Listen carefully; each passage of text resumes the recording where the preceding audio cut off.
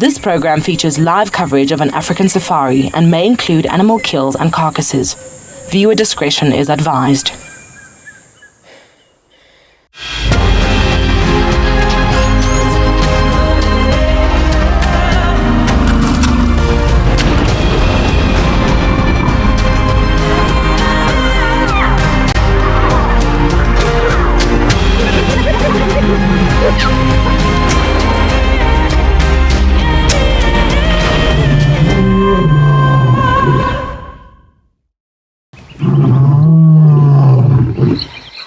Good morning everybody to a beautiful morning here at Djuma Private Game Reserve in the Sabi Sands, where we have just found the pack of wild dogs relaxing early this morning in a beautiful big open clearing.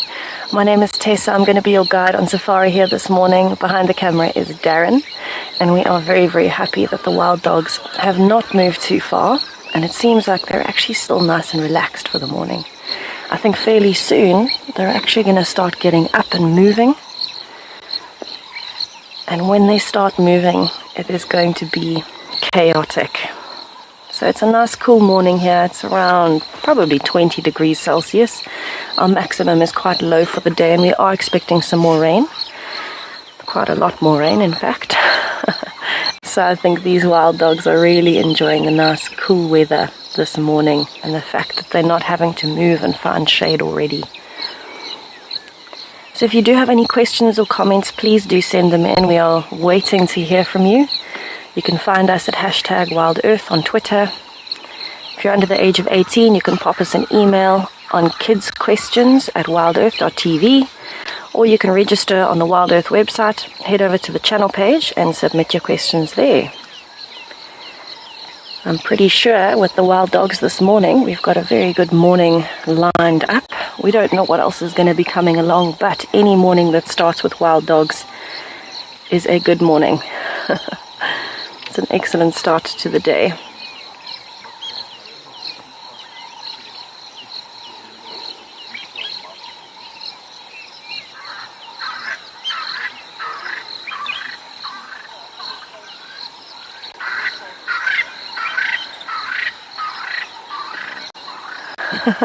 Hi Nathan, thank you so much for your comment. Happy holidays to you as well, and we are definitely very happy people, especially sitting smelling wild dogs while I can see them lying next to me.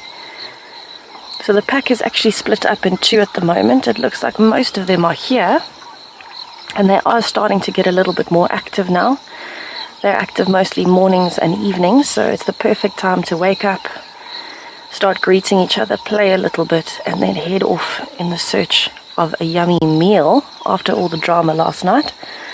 I haven't seen any hyenas around, so I think they are hoping that the hyenas don't come back too quickly, although I think the hyenas learned their lesson last night.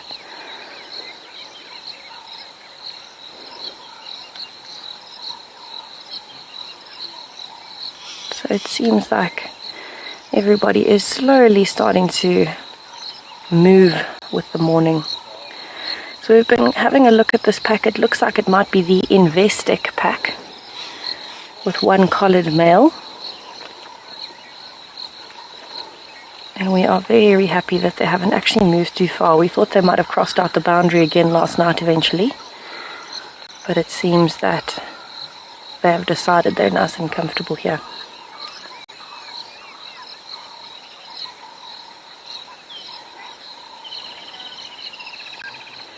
Okay, so I'm going to sit with them for as long as I can. I think they are going to get up and start moving sometime soon. But while I do that, let's have a look at what the weather holds for us today. I think it's going to be a lot of rain.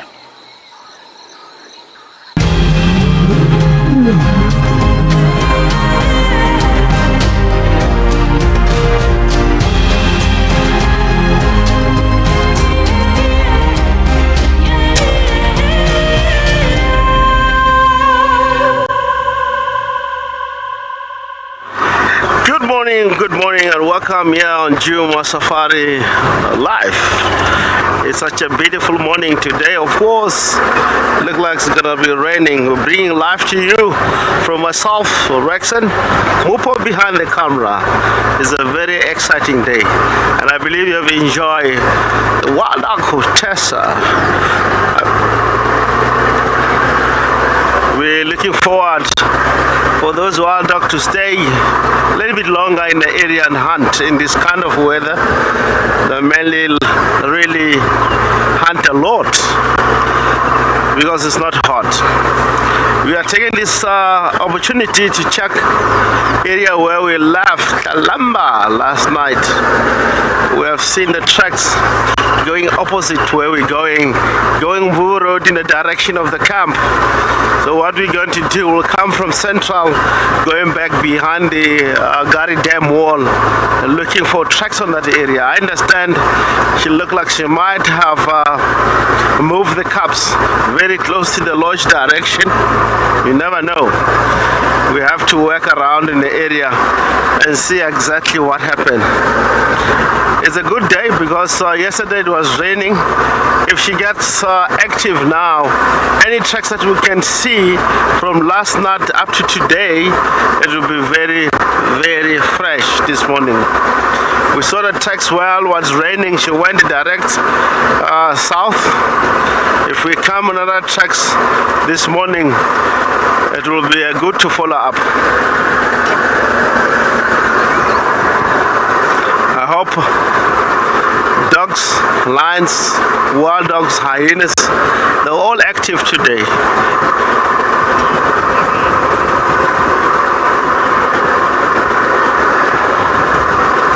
Oh, lovely, we'd love to do that. I'd love to follow up on Calamba specific this morning. I hope every predators are out and looking forward to hunt if they haven't made a kill last night. The Telematis might be still in the west or already back. It depends what might be in the west. We have seen Calamba yesterday. What will help us? We would like to backtrack the and see where she had went. She may have made a kill on that area, but I believe where we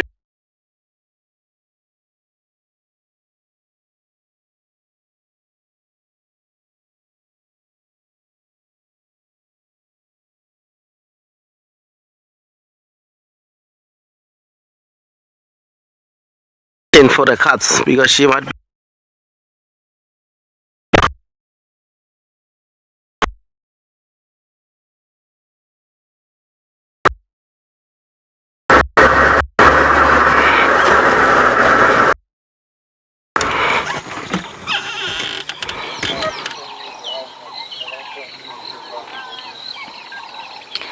So it definitely seems like we are starting to wake up a little bit over here.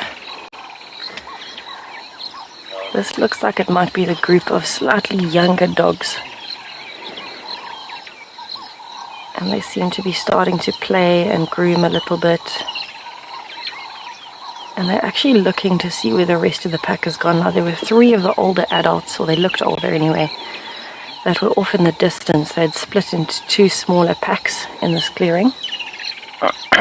And those 3 have gotten up and moved up the road.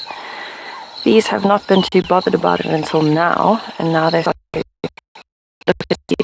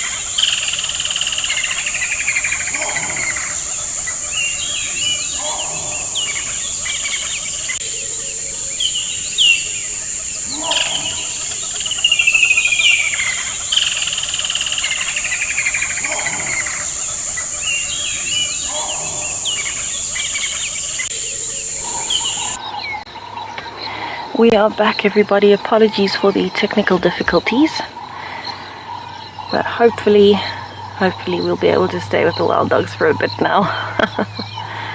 So we've just started getting up and really starting to play and interact a bit now, so I think it's not long until they decide to move.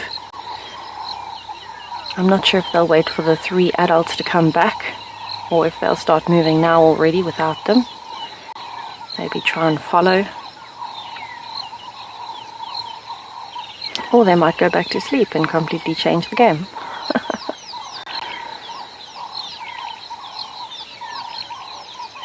So that is one thing with wild dogs that you can compare to things like lions and all the other groups of animals, is even if they are all lying down, there's usually always majority of them doing something, and it's usually chewing. They always find something to keep themselves entertained.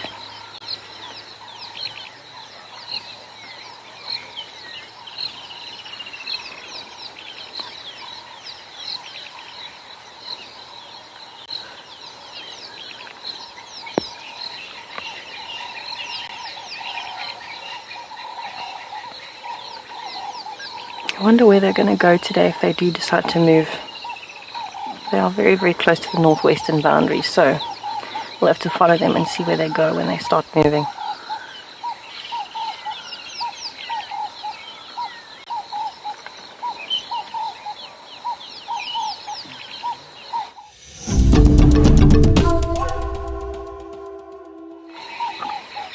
So there is actually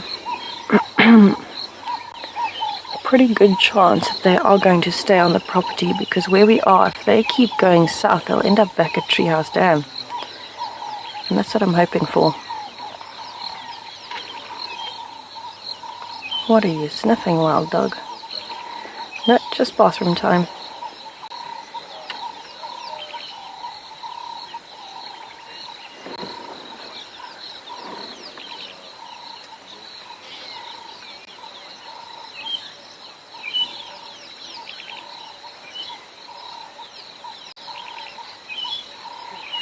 Time to sit and think a little bit.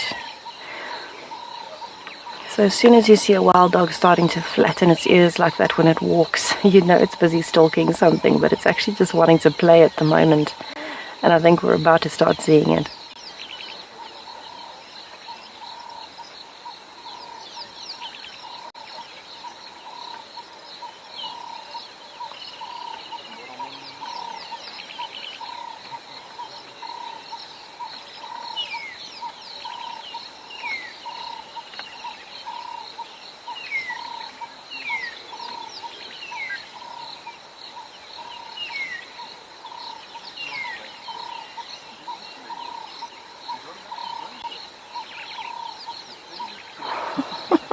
That one stretched out on its back.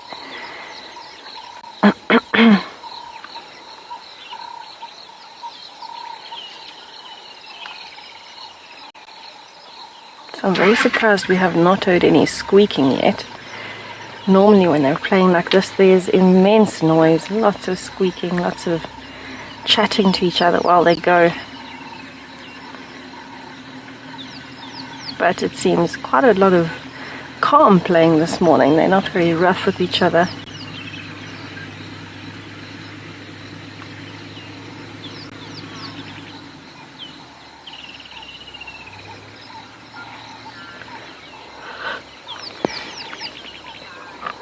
I wonder what they'll do next.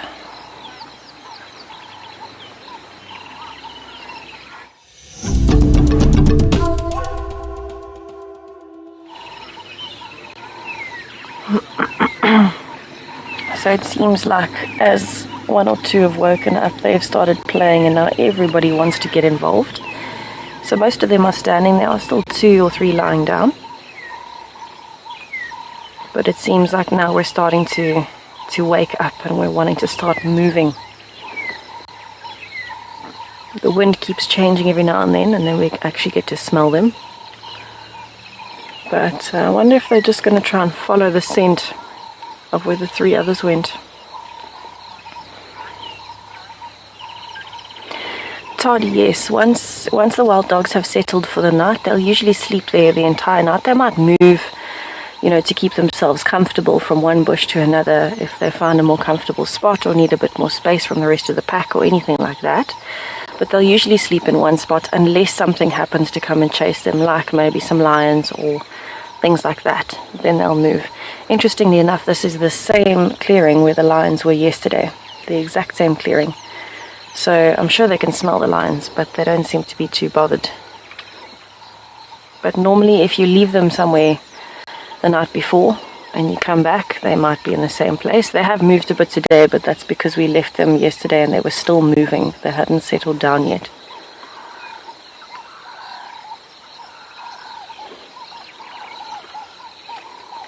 So you can see this wild dog that's standing closest to us, it does keep looking up and staring into the distance. It's staring at where the other adults disappeared, checking if they're coming back.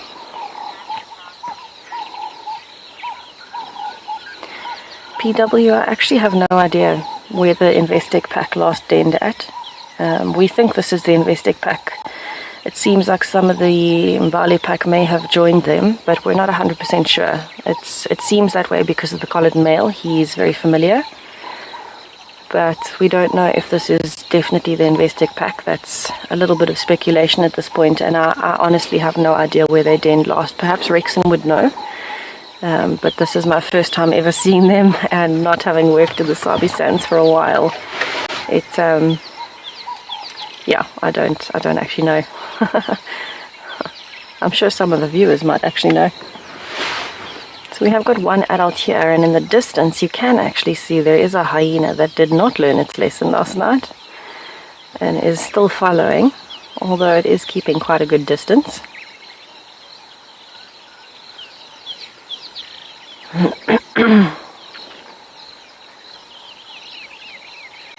So this hyena probably slept here all night just at a distance from them, because it knows when the wild dogs start moving this morning, if it can keep up, there's a pretty good chance of some scraps. But it was quite a commotion last night. We've got a little bit of a half standoff here between one adult and the hyena. You can see how it's flattening its head as it's approaching.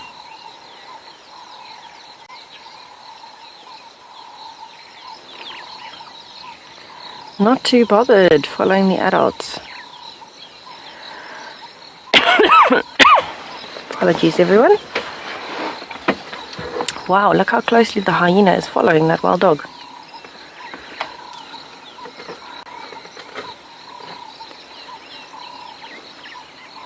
Okay, so definitely sniffing where the other dogs went. 3 of the adults went off in that direction. And I think the hyena knows it's more productive to follow those ones than it is to sit here and wait with these. Because if they're already on the move, chances are they'll catch something.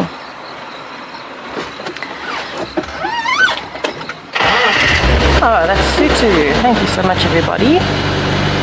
Sutu on the move. I'm surprised it's not Swazi again. Last time I was here, I saw Swazi trying to pretend to be a wild dog for a while.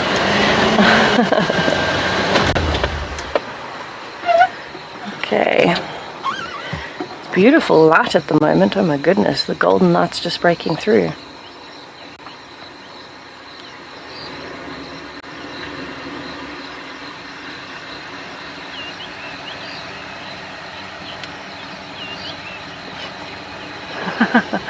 Megan Edwards, yes, it is a bit of a puppy pile. I'm actually very, very impressed that they've got so many of the pack that are this young.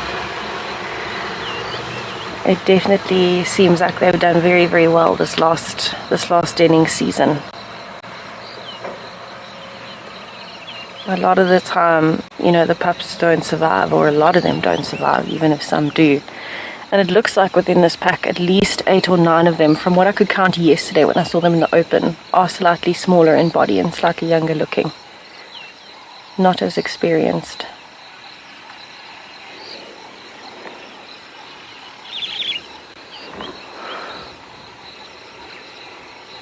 They're definitely starting to get curious now, so the wind is picking up a little bit. And And it looks like they are starting to wonder if they should move with everybody else.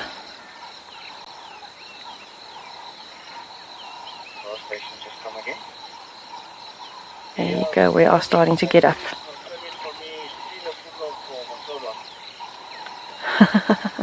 So we have the rain roof on everybody, preparing for that 39% chance or 37% chance.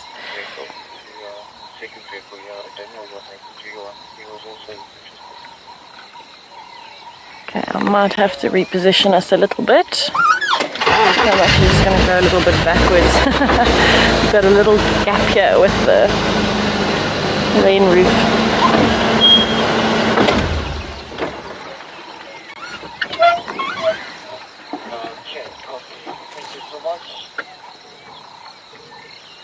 Oh, somebody's chewing something, I can hear it.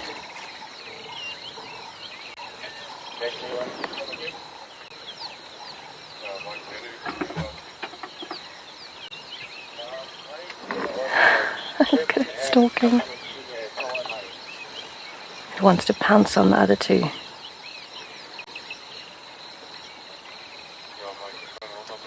That was actually a little bit of a dominance display. That was quite interesting actually, because that wild dog obviously feels like it's a bit more dominant than the other two that were chewing something. So it wanted to come and intimidate them so that it could get whatever they were feeding on. It looks like we are going to start moving soon, so I'm going to stick with him for a little while and just see where they go. It looks like some of the adults are wanting to come back, so maybe they're not moving too far this morning.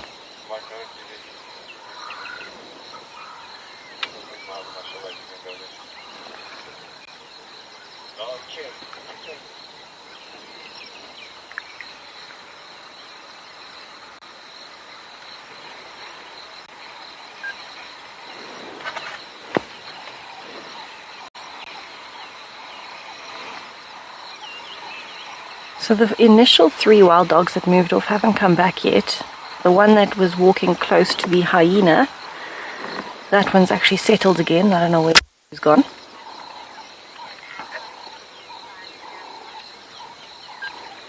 But it seems like everybody's starting to wake up and move. But let's see where they go. You never know. Maybe we'll be able to follow them into another clearing. We might see a little bit of action.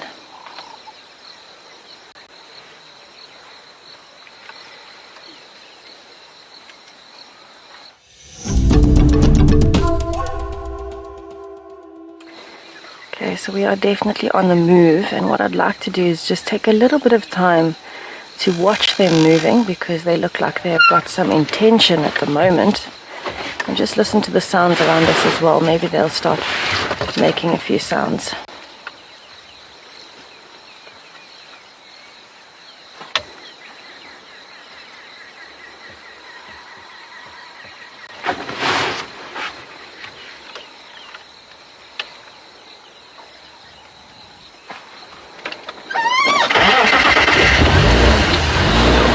We are on the move.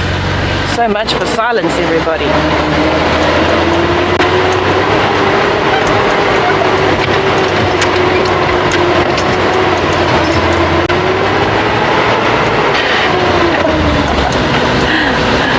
They are picking up speed very, very quickly and just spreading out through the brush.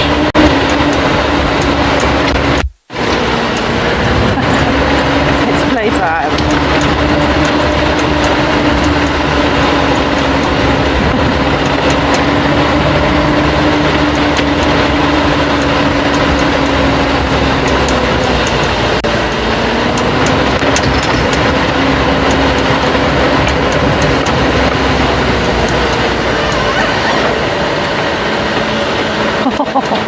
They're giving me a challenge. That's what the dogs are up to at the moment.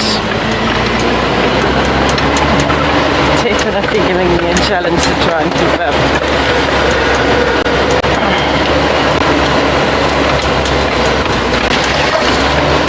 Oh, the brush is wet. Oh no! Right there, but now we are back towards the road, greeting the adults.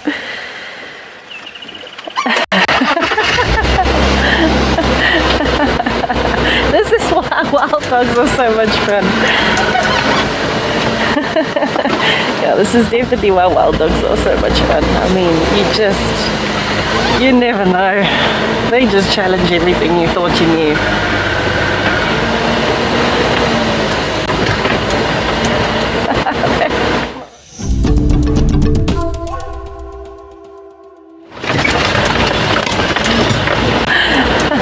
They are back on the same road I've just turned off of, and they are going fast. Okay, so the wild dogs are giving me a run for my money this morning, and this is why I love them so much. There is nothing like following a pack of wild dogs. Oh my gosh. Oh, the smell of them, that's exciting. We have got quite a gallop going at the moment.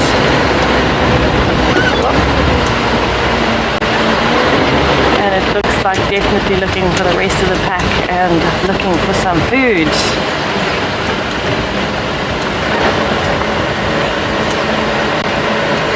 Right, we have picked up a smell.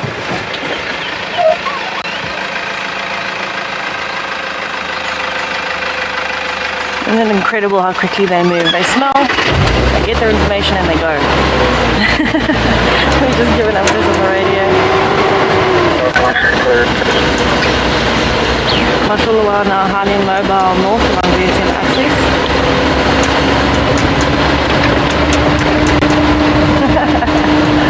Oh my goodness, dogs. Good morning, everybody. In case you weren't awake, I definitely am now. Oh, hello. Come back into the road.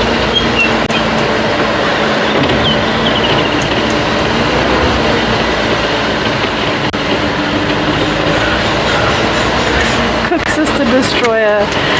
Impalas don't have the time to alert for wild dogs, and that's because they're just too fast and too good at hunting. Right, I'm going to stay back a little bit here. There are 3 vehicles up ahead in a different sighting, and we don't want to overwhelm them by having more than 3 vehicles around. Oh, hang on, they're coming back this way. Okay, so this is one of those situations where we've got to be very, very careful. We've had 2 sightings that have merged, and we want to make sure that we don't overwhelm them. So, okay, so it's actually Cara, the Leopard, that has joined up there. So I'm actually going to stand back for now. There are already 3 vehicles with Cara. And if the wild dogs are there, I'd rather stay back. There are 3 vehicles, and then we can try and get in just now. We do not want to overwhelm either of the animals. And so if you've had 2 sightings that have merged, there's 3 vehicles per sighting. You've now got 1. You need to still have 3 vehicles because it's now 1 sighting. So I'm actually going to leave them to run a little bit, and then I can always catch up with them just now once they've left the area, or if another vehicle has left the area. So we will see what happens. But how ridiculously exciting to see them moving. I haven't seen any impalas around this morning, so maybe they could smell the wild dogs and didn't want to come along. Oh, I nearly just got taken out by a diker. Weird, my heart is racing. Oh, the dogs are back, everybody, chasing a diker.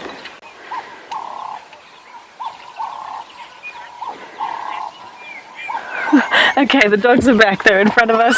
We are good to carry on following, and they are following the diker. The diker that nearly took me out, everybody. I've never been so close to death. My heart is racing. This has been a ridiculous morning already, and it's not even 7 o'clock. What is happening? Okay, they're actually coming back towards the road. There we go. Alright, this is actually the collared male. This is the collared male. And now they're standing around and thinking. The diker gave them the slip. Almost like the Tundi slip, except she nearly killed me in the process.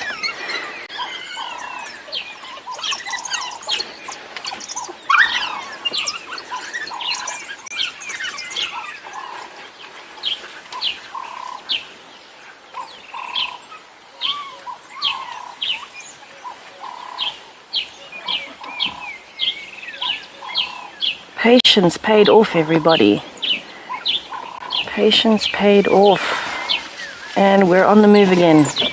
Definitely some hungry dogs this morning.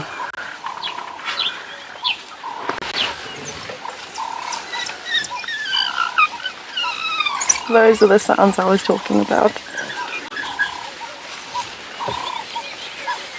Okay, I'm just waiting for the pack to move around me altogether, and then I will turn. They're actually in the road behind the vehicle.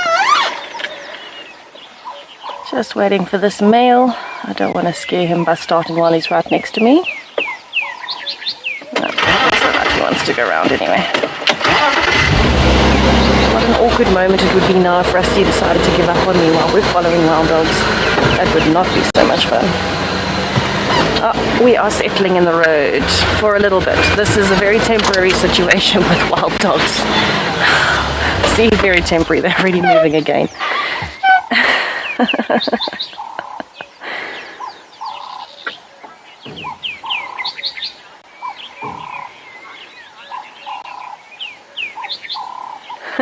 Bluebird, they absolutely are full of energy and very tough to follow.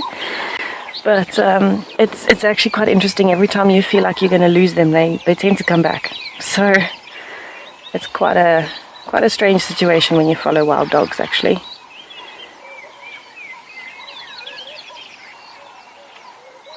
They are thinking that is where they bumped into those vehicles that are following Cara.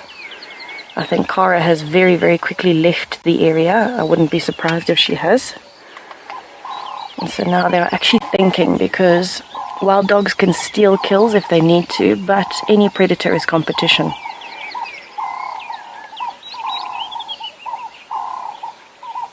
So they're actually looking in the direction that she moved off into. Okay, let me see if I can get a little bit closer. I also want to make sure exactly where Cara's gone so that we're not too close to her when we are following them. And in the meantime, while I sort all of that out, let's head back over to Rexon, who's on a bumble.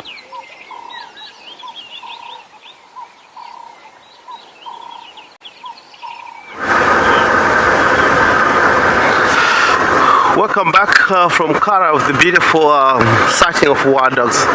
We are after the tracks of Calamba. She looked like she just cut straight towards the eastern side of Pepperswood Dam.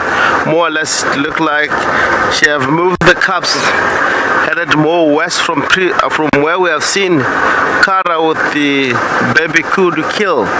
She's still in the area. We heard Frank calling when we get in the surrounding. They were not happy. So we'll be really checking in the area and make ourselves viable for all this road if she's not out. So then we'll be cutting straight to the block and try to see if we may locate her. She's completely in the area. She's not yet here. Tracks have shown us the tracks getting better and better, which means she's not out of the area. We'll try to check the fabric back into the area and look the surrounding. I can see her tracks now back into the road heading east, and the hyenas also, they were after this leopard.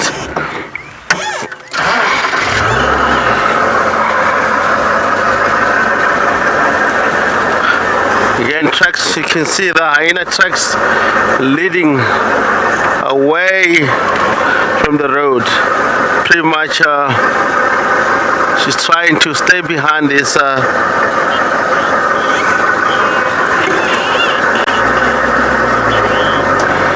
lovely. We'll cut him back to Tessa. She's having a great surprise.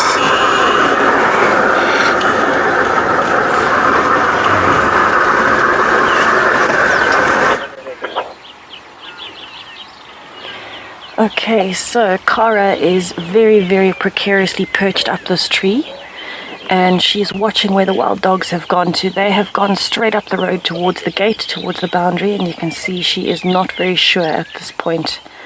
She wants to come down, and when she does, she's going to run in the opposite direction to the wild dogs. But she's really not sure at this point. There are vehicles following the wild dogs, so we've done a bit of a swap. They're starting to follow the dogs, and we're going to sit here with Cara for a bit just to see what she does, because they are so close to the boundary. Oh, that is a very thin branch, Cara. you've ever seen a leopard be a little bit disgraceful, it might be this morning. She did that much better than I could have, though. I'll give her that. Yeah, she's really not sure what's happening. So she's got to be absolutely sure. Some leopard yoga in the tree, yes. Yes, she does look like she's doing a bit of leopard yoga, a bit of acrobatics. And I think she's thinking very hard before she comes down that tree. There we go. Now, once she hits the ground, she is going to be gone. Oh, she's decided not to hit the ground. All right, let me see if I can reposition a little.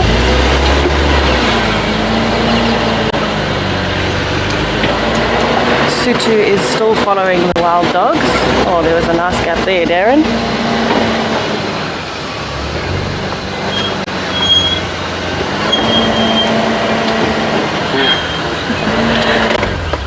NJ Beach Bunny, yes, it didn't look so comfortable, but now she looks absolutely fine. She looks happy. And I think she's just trying to work out what she should do from here, because the wild dogs have moved so fast and she needs to make sure they are not coming back.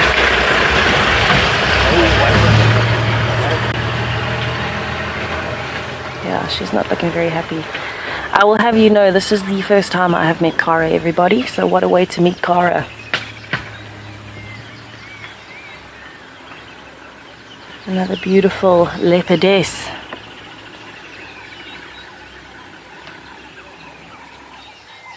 She's actually watching in the direction of where they've gone to. She's listening very, very carefully. I'm actually quite happy that the sightings are split. It's a lot more relaxed now. And I think Cara is feeling exactly the same way. She's feeling happy that the wild dogs have left. I think she climbed up that tree so fast from where the vehicles were positioned when the wild dogs came along. I think she might have been somewhere here on the ground. And as soon as the wild dogs came running, she found the nearest tree and climbed as high as she could. And the branch she chose was looking very thin. So I think she was probably in her head worried that she was going to slip and lose her balance.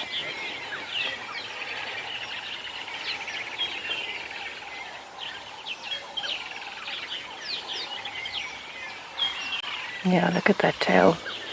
She's definitely still concerned about it. So now that the wild dogs have moved off quite a distance, she actually might not come down at all.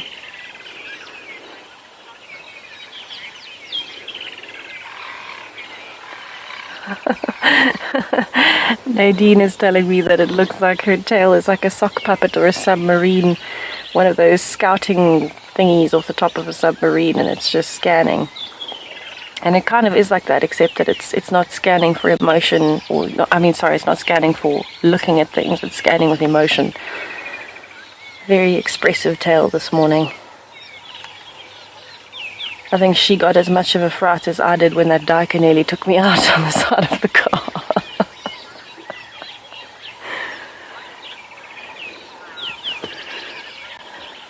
Megan Inwards, yes, it has been a ridiculous morning already, and it's only 6:10 in the morning. That's a bit unbelievable. We haven't even been out for an hour yet, and we've seen so much action.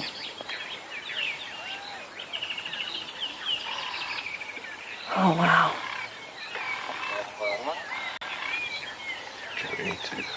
All right, I don't know where she's going to go from here. We're going to try and see if we can find her again, but I think she is going to move pretty quickly.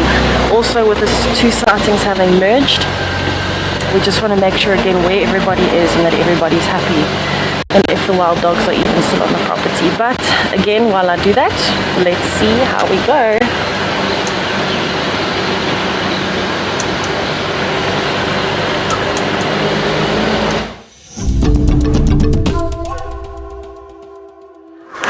Welcome back from Tessa with a beautiful female Cara. Really, it's been long for us, so we haven't really have luck to find Cara in the area.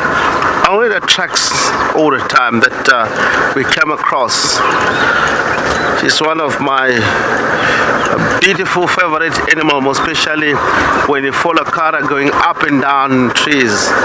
We're still following the tracks of Calamba. Look like it cut straight into the block where we're going, and we have to observe very carefully here if there's no tracks that are heading more to the east. But yes, she's more into this thicket.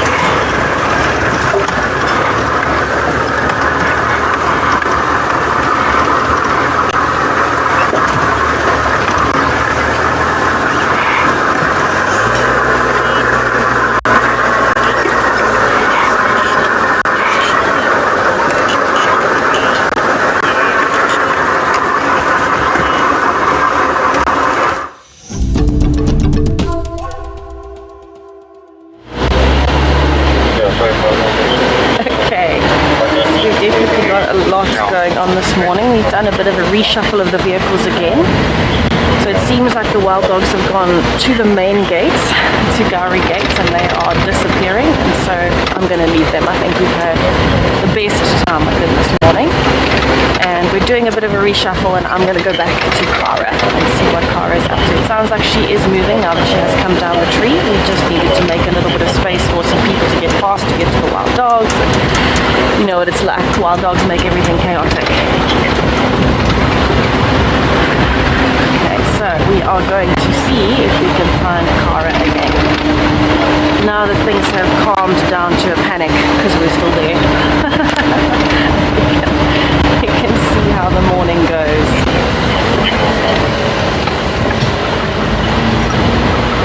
Oh my gosh. I think of all of that, of everything happening this morning, my heart was racing the entire time. I was having the best time of my life, but still the scariest part was that biker. It came running out of the brush and almost went slap bang into the vehicle, almost under the vehicle, and then did a 90-degree turn, went around the back and disappeared, and then all the wild dogs came at us. That was quite something. I think my adrenaline is going to be peaked all day thanks to that biker.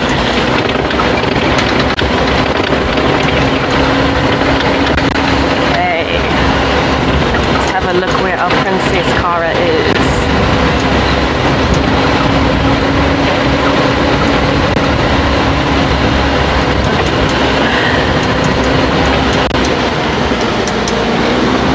Oh, I can smell leopard urine. There's popcorn. There's popcorn.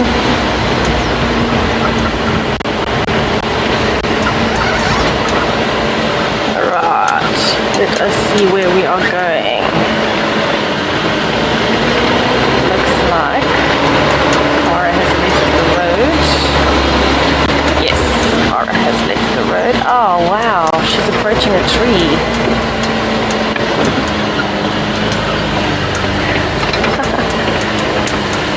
Ex-Ranger, thank you so much.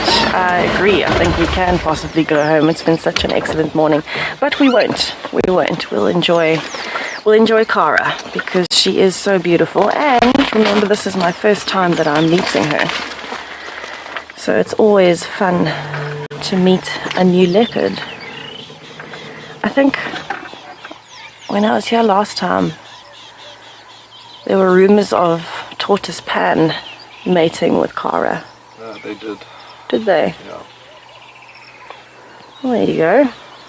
So maybe I have met her before, but very, very briefly. But it definitely wasn't while I was working. I can tell you that much. I wasn't working at the time. Where are you going, Cara? So we have got quite a beautiful scene in front of us, actually, with that. She's chosen the perfect tree with that termite mound. And she's busy scent marking, which is why we could smell the popcorn back there. One of the most intriguing smells.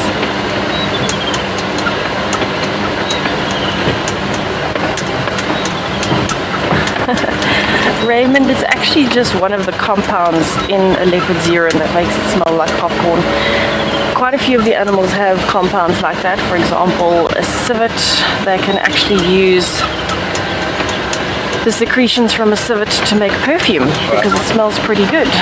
So it's very interesting. It's just the natural chemicals and compounds, sometimes different levels of amino acids in the urine that make it smell different.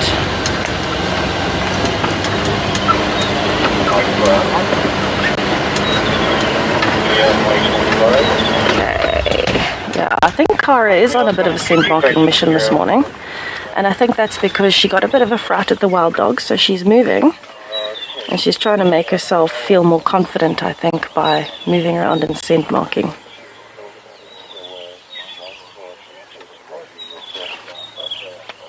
She is a beautiful leopard.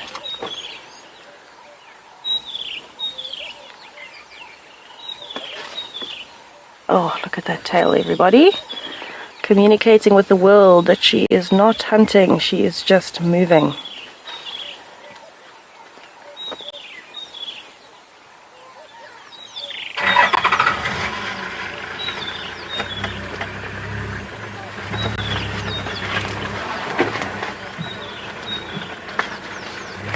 Nadia, it'll actually take quite a while before you'll be able to see whether or not she's pregnant, because for the first, well, leopards, remember, are only pregnant for about 3 months. It's anywhere between 100 and 110 days usually.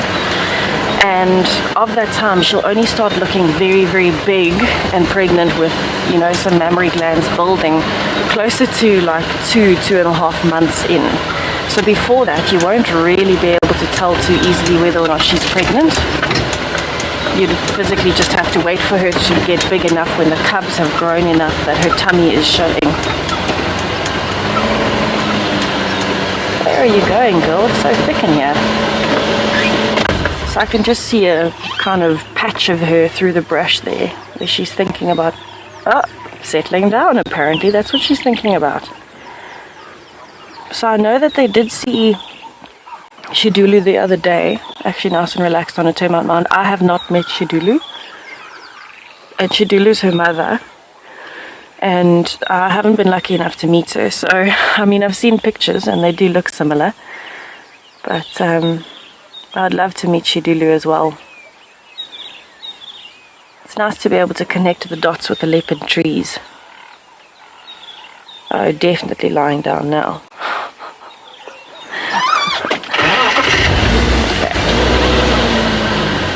Let me see if I can get a little bit closer.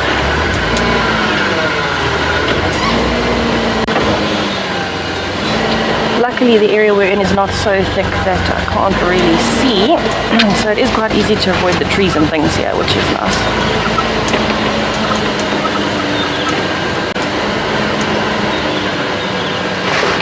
NJ Beach Bunny, she is quite a large female leopard. She's not the biggest that I've seen for sure. I think the Java is definitely bigger. But she is quite big. To me, she's more similar in size to Tundi than the other leopardesses. She's definitely not the smallest leopard I've seen, but she's also not the biggest leopard I've seen for a female. But I mean, if you've got Hukamuri as a dad, chances are you're going to be quite big anyway, even for a female.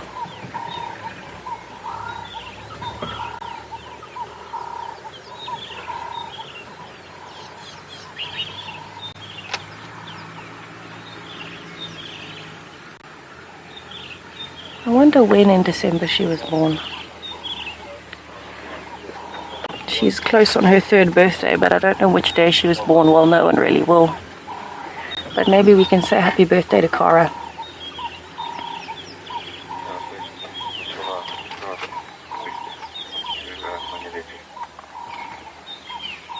Alright, so I think what she's actually doing, she's not just grooming at this point. Remember, she has been scent marking. So she's been walking through quite thick brush. And with that, the grass is still very, very wet from the rain yesterday. So it's holding a lot of dew, but it's also holding water from the rains. And it did rain during the night. So she's actually also getting quite a bit of water from grooming herself, particularly her paws. And around her stomach area, she's going to be holding water.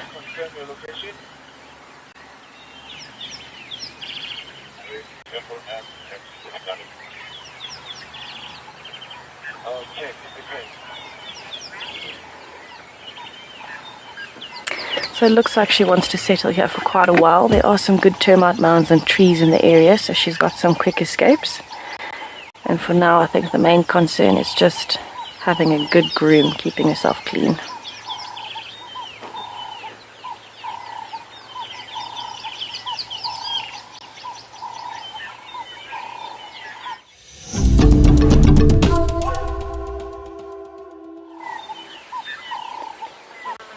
I think let's just watch her for a little bit. The world seems to have calmed down a bit all around us. There's no more chaos from the wild dogs, and the birds even seem to be relaxing and starting to call again. So let's just watch her grooming and listen to the sounds around us as we enjoy her activity this morning.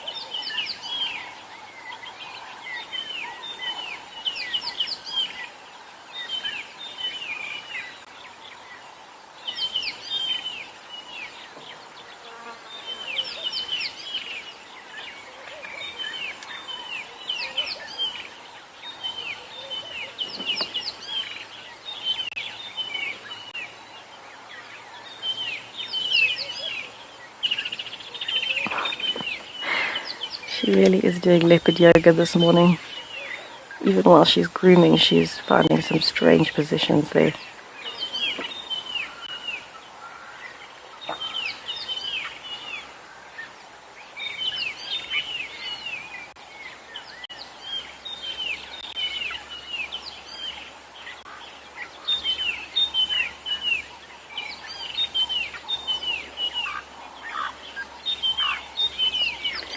I think she's probably also still got a racing heart from her interaction with the wild dogs.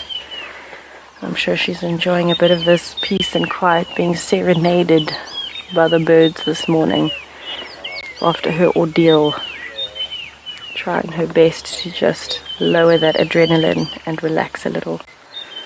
I think I'm doing the exact same thing. What a ridiculous morning. Thank you, Cara.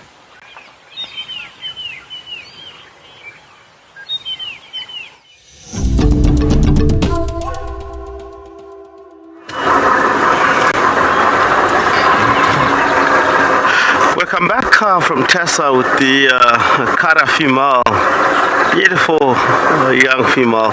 We're in an area we believe Calamba, she went in here in this drainage line. We're trying to drive here and try to find her because her tracks lead us exactly here. She's not out of the area. She looks like the cubs are also in the same area where we're trying to locate them. We'll see how it went, but definitely that tracks leading from yesterday. We follow up from where yesterday we left Calamba, and the tracks came straight direct into the area, and look like the tracks also for early this morning that come in the same location, very close to Bevershoek Dam itself. I just believe she might be sleeping by now or nesting the youngster by now into an open. I don't think she will be staying a little bit thicker. She'll find an area where it's bare patches and try to really have a joy with the youngster. It's not an easy area to spot a leopard. It's very thick. We try our best also to look for tracks now and then, but this is a beautiful area to hidden the cubs. There's two drainage line that really meet from the front here, which will be more excited if we can get information here to lead in the direction.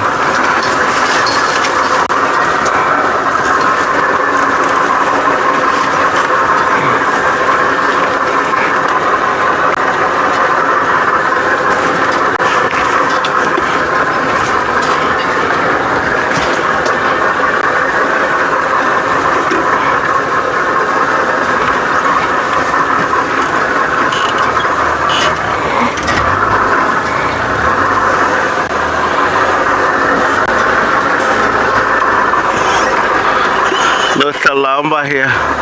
I'll cross to the other side. I'll try to find a crossing somewhere here and try to look. There was more lamp holes of Francolin here. They were not happy when we get here from the northern side of the drainage line, and now they have stopped. Maybe they have spotted a leopard. You'll never know.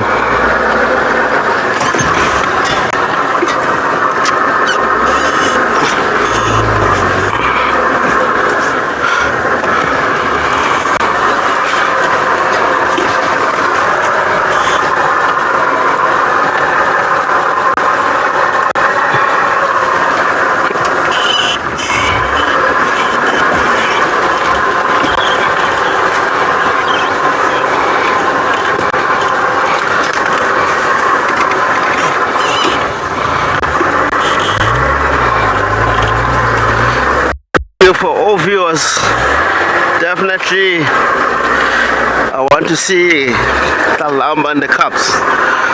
She might be somewhere here. We'll find her crossing. It looks like it's not promising. It's a little bit more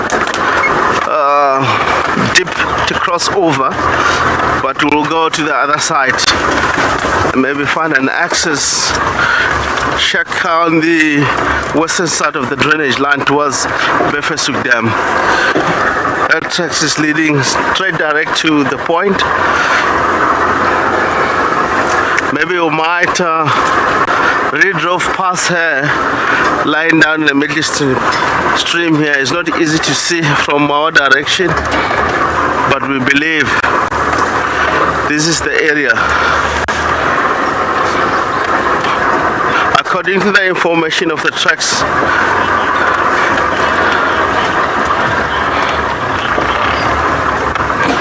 we'll be linking back to Tessa with a beautiful female Cara at the moment.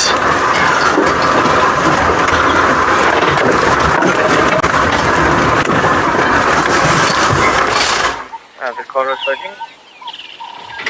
FM, go ahead. You're welcome. Okay, so Cara has just decided to go to sleep. She's finished her grooming and now she has started with some serious relaxation time. I think now that the adrenaline has worn off from the wild dogs. I'm not sure how long she's going to be here. She'll probably end up moving at some point again, maybe just up onto the termite mound or finding a nice tree to sleep in.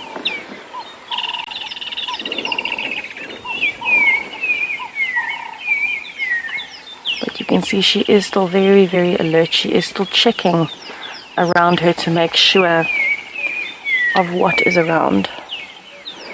I believe the wild dogs have already gone as far as the Manyeleti. They've already crossed 2 boundaries.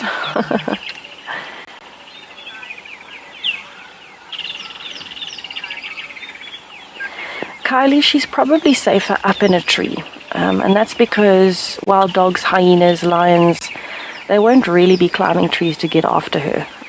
Lions might, but then her only real threat is actually other leopards, and that she can handle.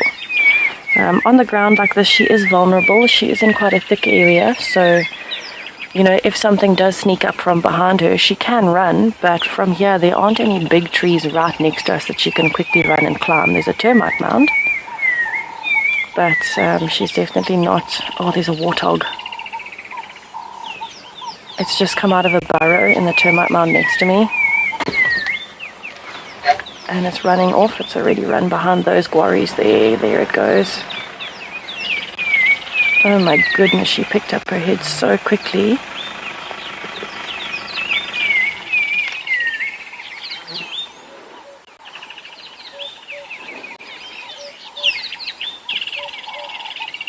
That was a very, very big male warthog. I don't think she would have easily taken that down on her own. Well, she could have, but it would have been quite a fight to see. She would probably rather go for a baby or a sub-adult. But yes, she is much safer up in a tree than she is on the ground. But she has got options, and she is a lot faster than a lot of the other predators, so she's still got a decent chance wherever she is. She is still quite a young leopardess. She's not overly experienced, but I mean, she handled the wild dogs absolutely fine. She climbed the tree, she kept herself safe on the little branch, and she waited long enough for them to leave, and she climbed down. I think the problem for her on a morning like this morning is that, yes, there were wild dogs and she handled that fine, but you always know that with wild dogs, there are going to be hyenas following, there's going to be a lot of commotion and activity. And so she's got to make absolutely sure that there are no hyenas following that she bumps into as well.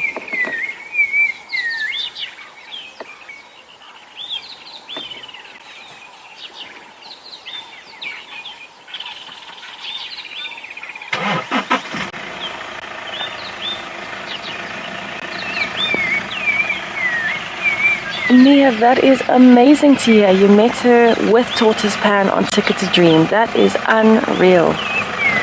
Oh my goodness, that is such a lovely story. I'm so happy that you ended up getting to meet her.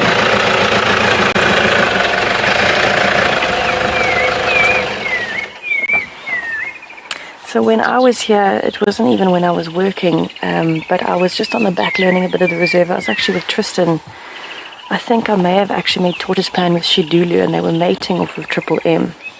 But this is definitely my first time meeting Cara, so I'm very, very happy about that, and I think quite an adrenaline rush for both of us at the same time. So I think I'm sharing a lot of common emotions with her this morning. I think I'm also ready for a nap after nearly being taken out by that duiker.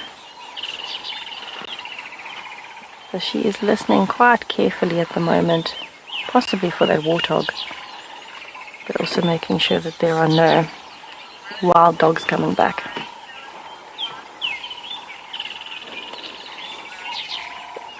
Chris Rogue, that would be lovely if she showed us a little zest for warthogs like Hukumuri. It seems that she's not as into it this morning. I think maybe her nerves are a little bit on end still from everything, all the commotion.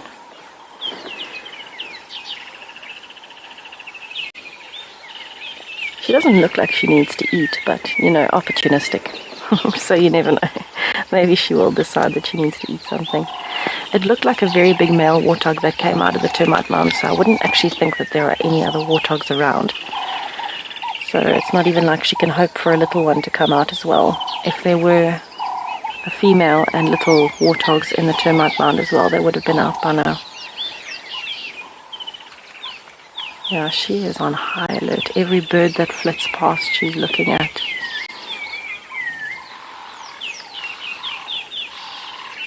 Oh, she has seen something.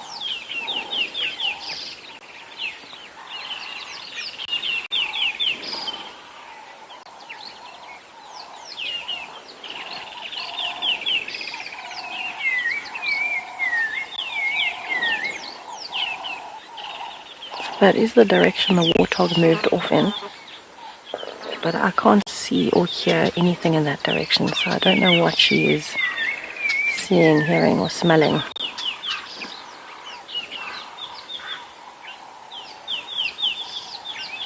It's actually also possible that Sutu might be coming back, because I doubt that Sutu will have followed the wild dogs that far. I think Sutu will keep coming back towards Chuma, where the wild dogs don't need to. So maybe she's also having a look out for Sutu to make sure Sutu's not following her.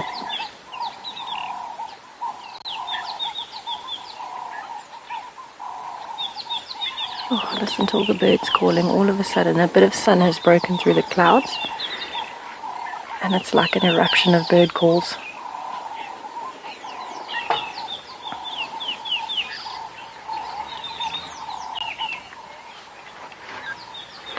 Bluebird, yes, if she is pregnant, this will be her first litter. Unfortunately, with young leopardesses in particular, they're not usually that successful with their first litter. It takes a lot of experience. You can imagine living the solitary life. She would have to do very, very well to hide the cubs, and that takes a lot of time and practice. So oftentimes with the first litter for a leopardess, the cubs don't survive. They might die off at different stages, but it's still sad because a lot of the time the cubs won't survive.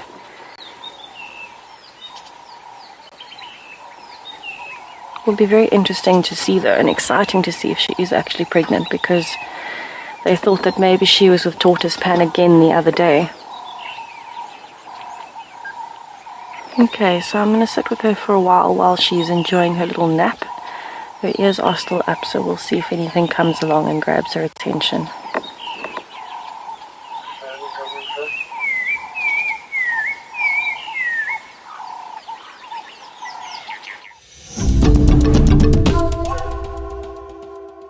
So she's definitely starting to settle again.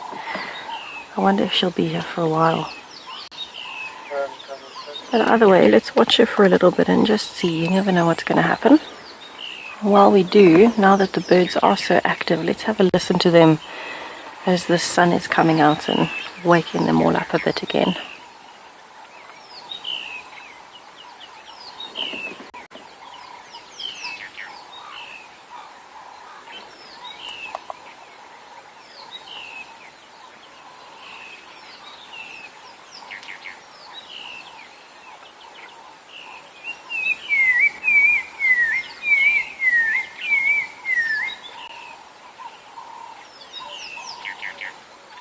Yeah, there's a lot of different birds calling.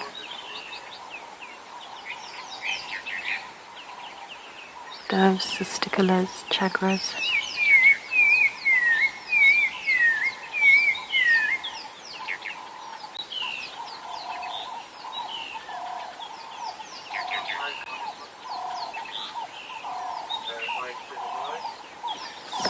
So many.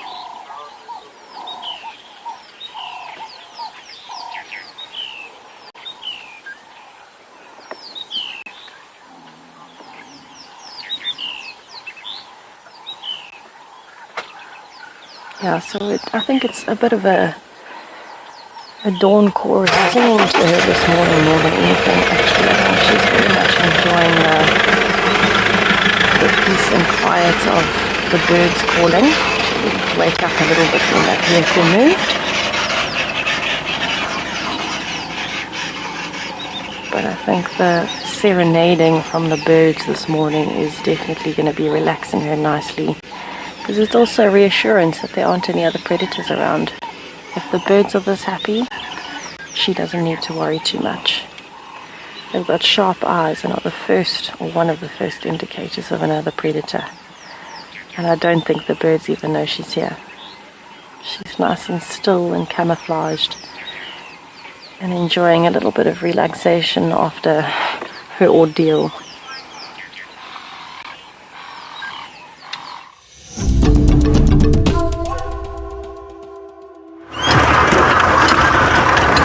Welcome back from Tessa. We are still more or less same area, but we decided it's very thick area.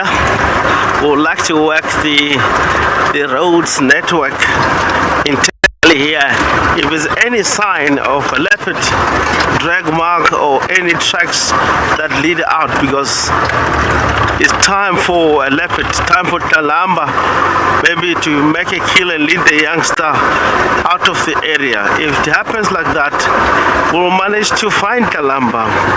We're now on the fabric. More to our right here is where we believe Calamba might be.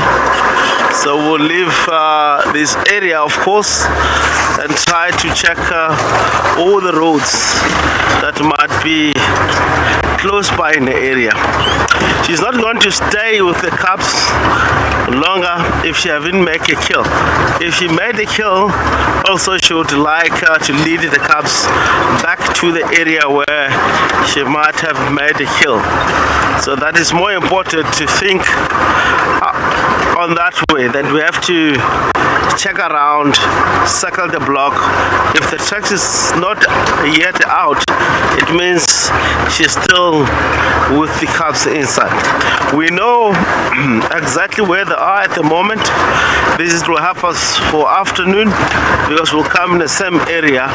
If she doesn't want to come out of the thicket, come in the same area, do the same. Check the tracks with all the road that surrounded the block.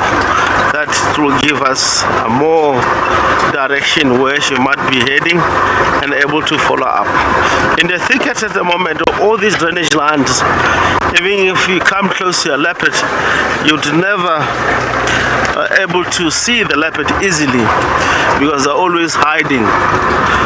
It takes a lot of effort to find the leopard in these areas where they are at the moment. I believe Cara wild dogs are still active down to the west. If we're not successful here, we might start to head more to the west. Maybe join one of the sighting, maybe wild dogs hunting or Cara hunting. It will depend. Will be that time more active. We came in, there's no tracks. I was believing that she will be coming here, because when she come into the area, look like we have information here, but the vehicle have drive on top of these tracks, so I have to observe very carefully. There's had more.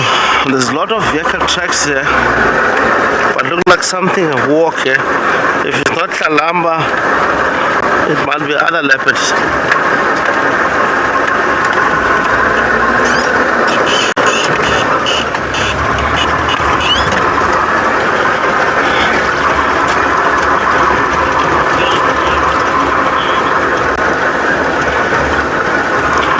Calamba's cub not named yet, yes. We still have to study, or we have to sight them more and see what character they are having, because some of the leopard, of course, while they're still young, naming them while they're still young, you don't know whether they're going to survive or not. That is more important. But we name cubs in the area according to their doings, and also when they get over a year, 10 months, 11 months, somewhere that we now guarantee that the cubs will survive in the area. If not, it's so much difficult. The tracks of Calamba here, you can see right there, but the only problem, and the cubs they were leading, she was leading cubs heading to the direction where we're going. The only problem, there's a lot of vehicle drive here. I can see now and then she walked direct south where I'm going, so we'll try to check one of the roads that goes into our left or right, of course, to see if she have extended herself into those roads or continuously moving the same road.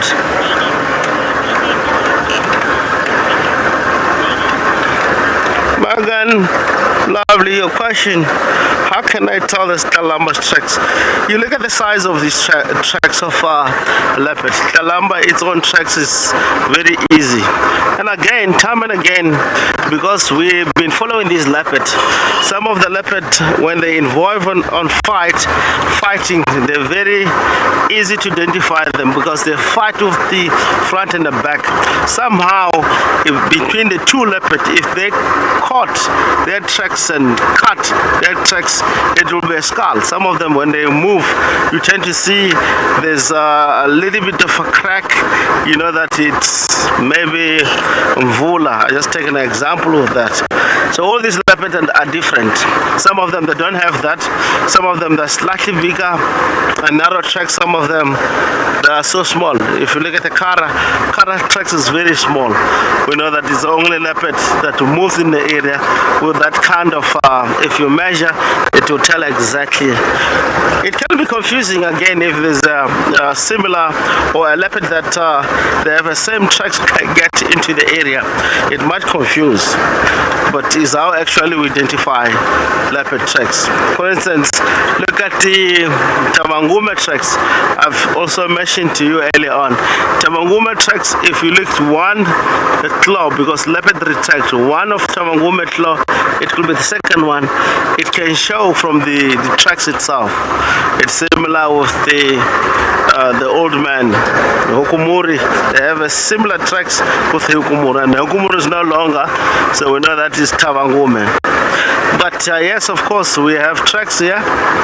This is Calamba that walk here.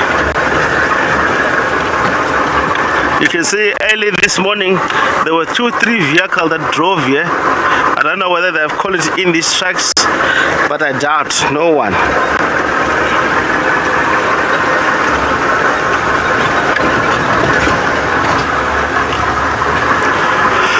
So to see the direction, we have this crossroad, one to the left, one to the right.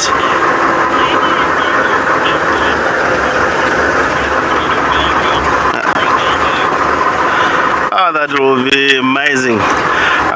I think the way leopard they are when it comes to hunting, and the way they are more successful if they're in the lips of a leopard, we'll witness something here.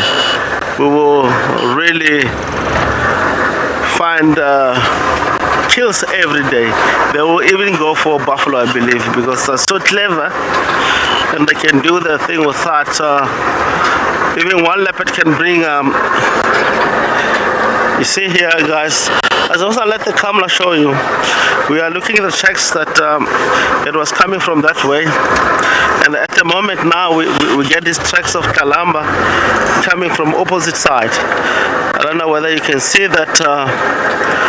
If you look at the Mpo, that is a tracks of Calamba going, and it's more with the cups coming from the direction going straight to the west, the road that we turn. This is more helpful because you come four-way, you check exactly where the leopard went. She went direct towards Guaripen, is where the previous den was. We're gonna follow up on this, and I believe because all the grass now, though a little bit raining at night, it does have water. A leopard cannot spend time in the grass. They would like to come to the road quite often, is how I really think we might get to see. I just see something walking on the road. I will quickly check.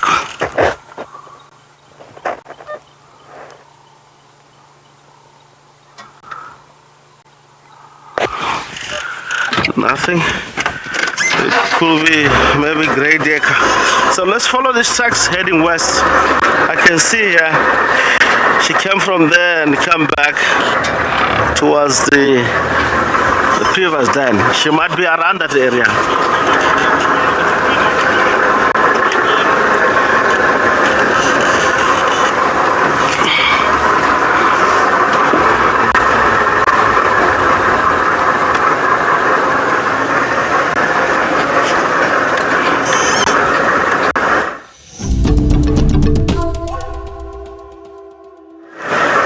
Welcome back. We're still on a hunt of Calamba. tracks look like headed west along this road. It will be a little bit difficult to see, but yet I can see tracks proceeding more to the west. I might go back some area and try to check. Careful on that spot. She might have made a kill, but I can see there's a tracks of small leopard that going here, still staying on the road. Yes, I do see there's more here, which they're going straight towards the den. They will move here in the course of a rain. So, but Calamba tracks look like just after rain she came here back again. I don't know what was going on here. She might made a kill not far from the point. You can see that tracks now and then slowly moving my same direction.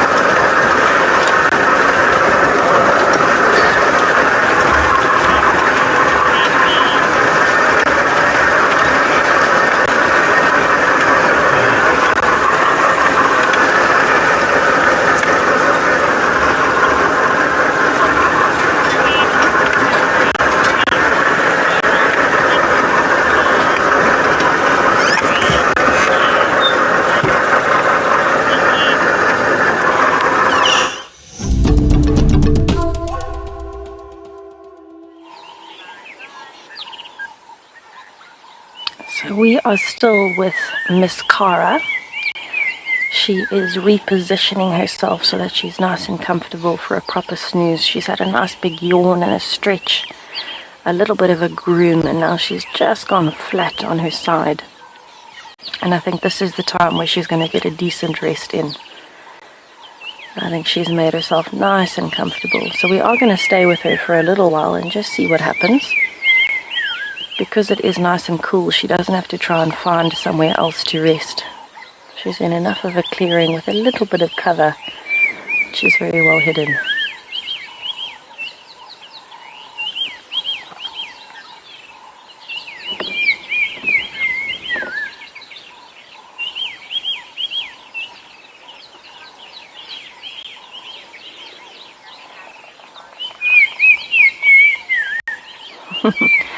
So 50, she does. She definitely has her father's eyes.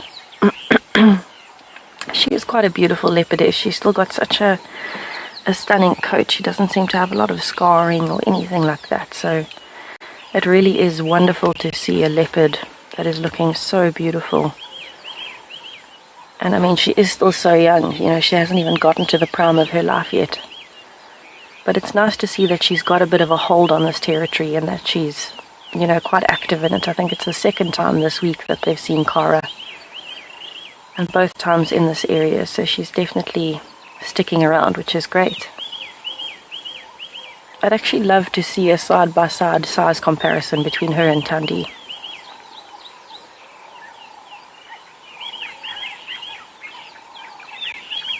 I would actually almost say she's somewhere between Tandy and Kuchava in size.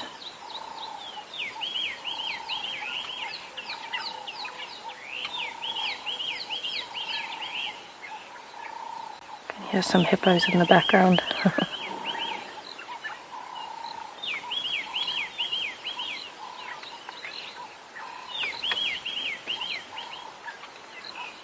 So the area that we're in, we're currently in the northwest of Djuma. Titizena, yes, it is a very nice grass bed for her. She's chosen a spot with long grass where it's covered her enough, but she's on a little game path actually that moves between the brush here. That's why we can see her a little bit more clearly, because there's a little gap in the grass where some animals have been walking. And so she's chosen a nice comfortable spot. She's actually got brush on almost every side of her, and she's in the clearing right in the middle. Hidden enough and comfortable enough to nap for a while. This area of Djuma that we're in at the moment, we're literally in the far northwestern corner. We're almost at the gate. And I'm actually not sure, if she is pregnant and she does have her cubs around here, I'm not sure where she would actually hide them. She might have to move a bit further, because where we are, there aren't many drainage lines and not that many termite mounds and things like that either. So I'm not sure where she would actually hide her cubs if she was pregnant. But we would only know for sure in a few months anyway, because she was seen, I believe, with tortoise pan, and they think they might have been mating, and that was literally a few days ago. So very possible that she hasn't conceived yet, and so that's why she's still being seen with tortoise pan. And he is a very big male, so some strong genes coming through there. So just to let everybody know, I do still have my radio on, so if you do hear it chattering at all, it's just because I am waiting for another vehicle to join us, and I will need to help him get here when he gets closer. There's no obvious landmarks close to where we are, because we're literally in the middle between Gowrie Main, the cut line that comes from the gate down to all the other properties, and Vuyatela Access, which is the main road through Djuma towards camp. So we're literally right in the middle. And so I'll have to help the other vehicle get in by sound.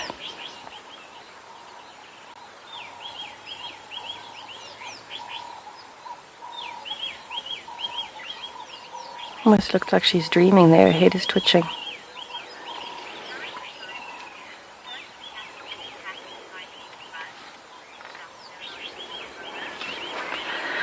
Dr. Rocky Balboa, this is definitely the time where, the cats would struggle more with insects and parasites, and that's because it's a combination of things. It's very, very hot, and we've had rain, which means the flies are reproducing more quickly.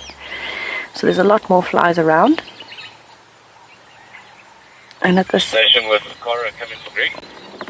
Go ahead. I'm on Vuyatela Access now, coming up towards Impala Plain, that area.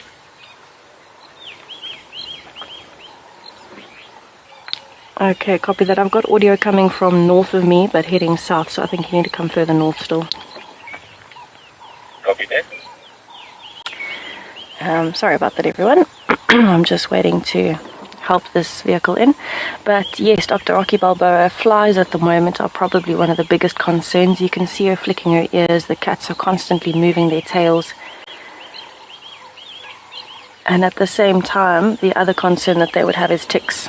Because the grass is so much longer, even just driving around, we've had quite a few ticks on the vehicle with us.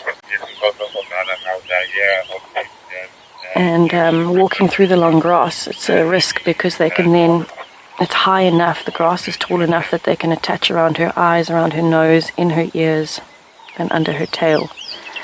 So that's definitely a concern, but that's also why leopards are so meticulous with grooming themselves. Every time they've moved, if they settle, they'll try and groom a bit just to try and get anything off the coat that might have stuck. Whether it's a fly or a spider or a tick. But it is that time of year. Even for us, mosquitoes are quite a concern at the moment. Any time after rain, the insects have a boost.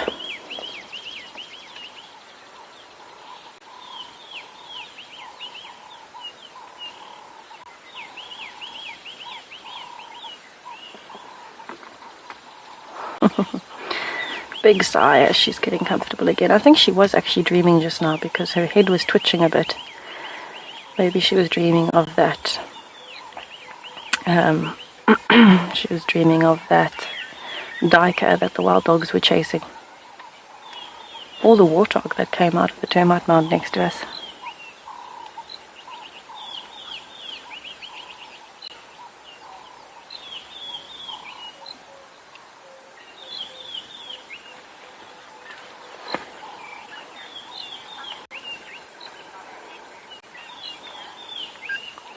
Lisa, no, oxpeckers won't follow the predators, and that's because the predators won't really tolerate them. It's not safe for the oxpeckers to try and land on a predator. They themselves are actually scared of the predators, so they are one of the first indicators for larger animals like giraffes and zebras and impalas of where the predators are. As soon as they see a predator, they will start alarm calling, and that alerts whatever they are sitting on at the time that they need to be on the lookout for predators. The predators will not tolerate oxpeckers because they give away their position, so I've actually never seen an oxpecker try and get close to a predator. A predator's coat is also slightly different. It can be a little bit thicker than the herbivores, and so it wouldn't be easy, as is, for the oxpeckers to actually gain access to the ticks. It's also not as easy for the ticks to gain access to the predators, so the main areas would be around the eyes and nose and in the ears, and it's not the best idea to get close to a leopard or a wild dog or a lion in that particular area if you're a bird, because one snap of the jaws and you'll be dinner. So normally they're actually a really good indicator of where predators are because they have sharp eyes, and that's why it's a combination of pest control and safety for impalas and zebras and giraffes and all of those animals to have the oxpeckers with them.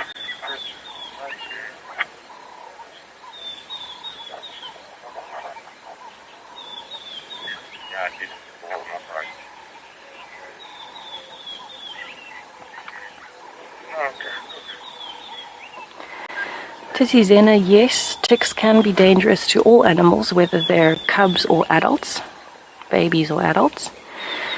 And that's because they can carry diseases. So that's why a mother leopard, when she's not catching flies like she is now, very cute, that's why a mother leopard would groom the cubs meticulously to try and get rid of any parasites, especially because the cubs are not as mobile as her and not as capable when they're very young.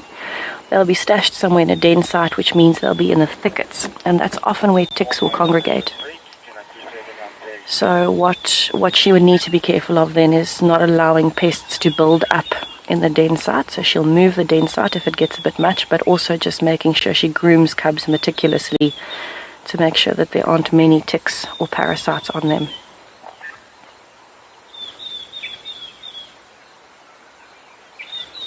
Even for humans, ticks can pose a problem.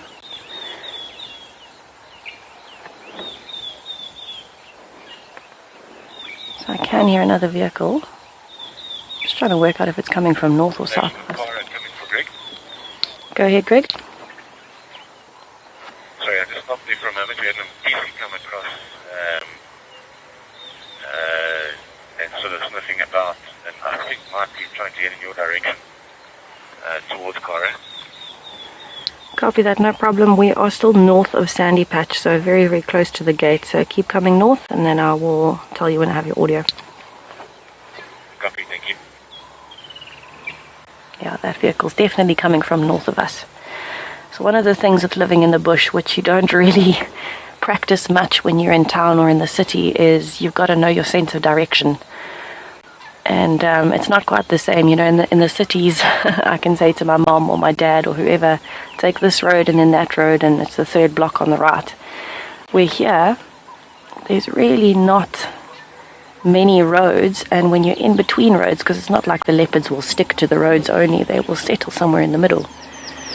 And so you've got to try and learn how to explain where things are using landmarks and direction and noise.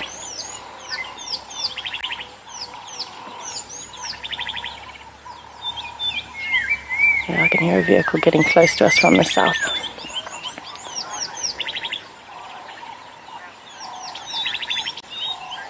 Okay, so while I try and help this vehicle get in and we watch Cara with her snooze, let's head over to Rexon, who is searching for a leopardess and hopefully 2 cubs.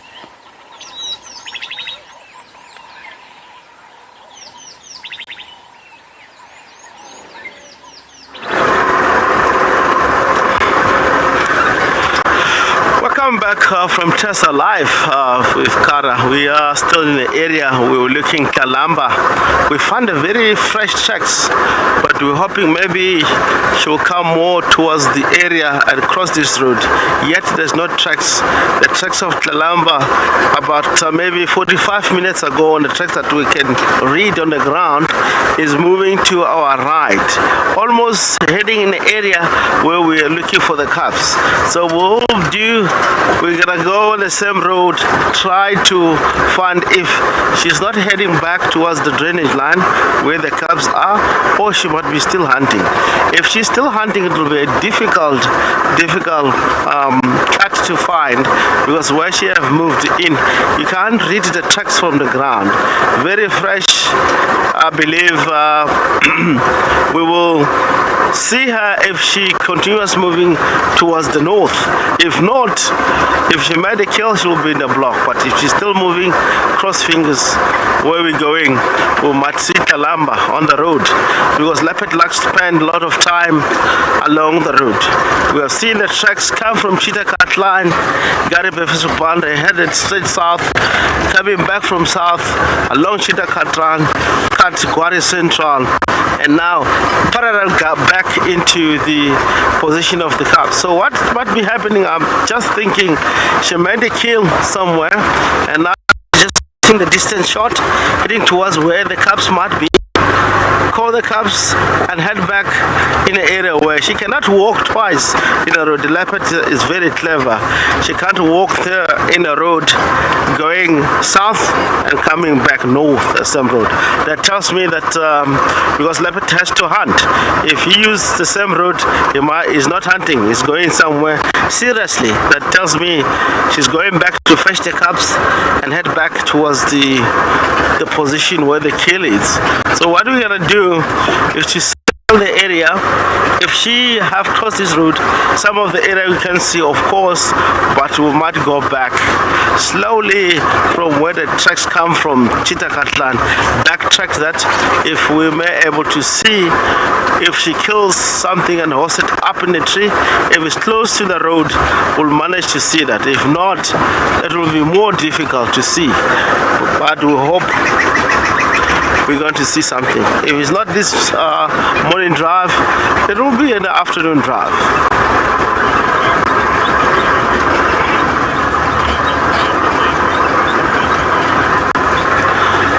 Nick Canova wanted to know what's my best leopard, my favorite leopard.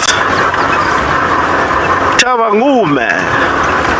I really like that cat, such a beautiful cat.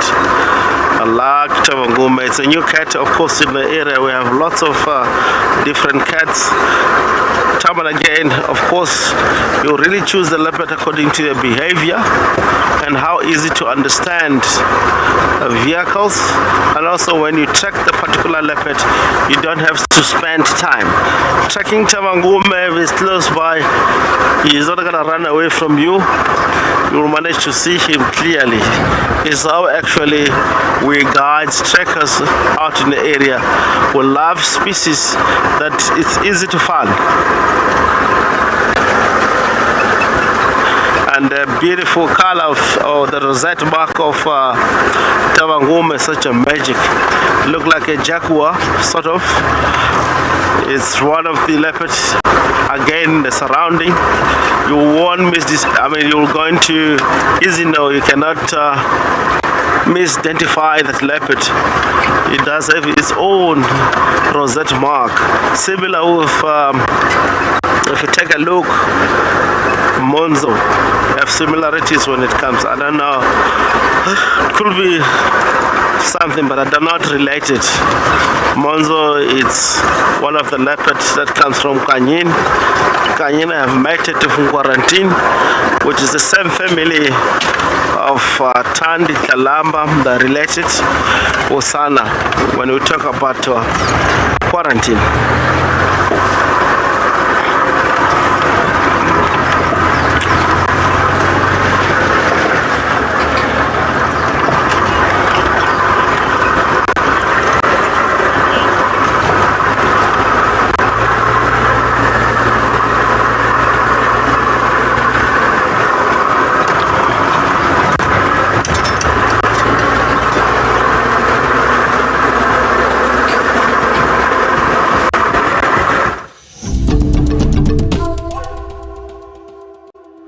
back. We are still on the look for Calamba, but this is more excited. Reading leopard that walk in the same road out and walk the same road in. That means they have made a kill. If a leopard hunt, he cannot spend time in the area that they have searched or have hunted before. That means if he double the tracks, going in and come back where he was coming from, he might have a kill. So we're gonna go back in that area and backtrack to Calamba tracks and see where she have made a kill.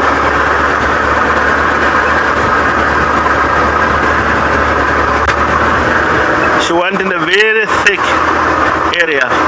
For us to drive there, I don't think it will be a good idea. So we're gonna leave and wait if she's is out of that surrounding.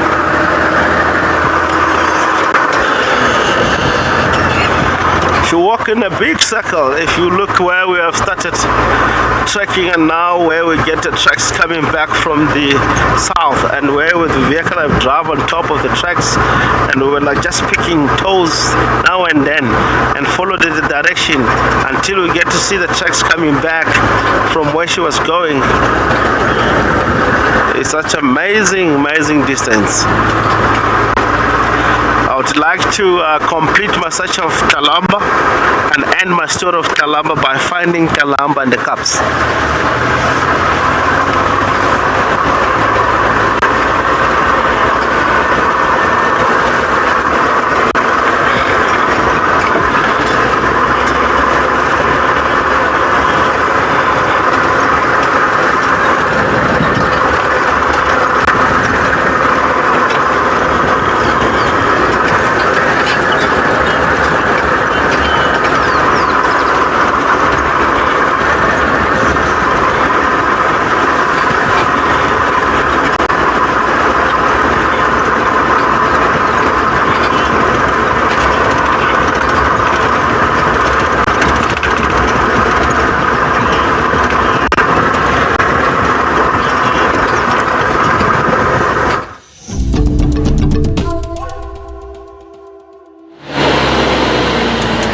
So we have left Cara.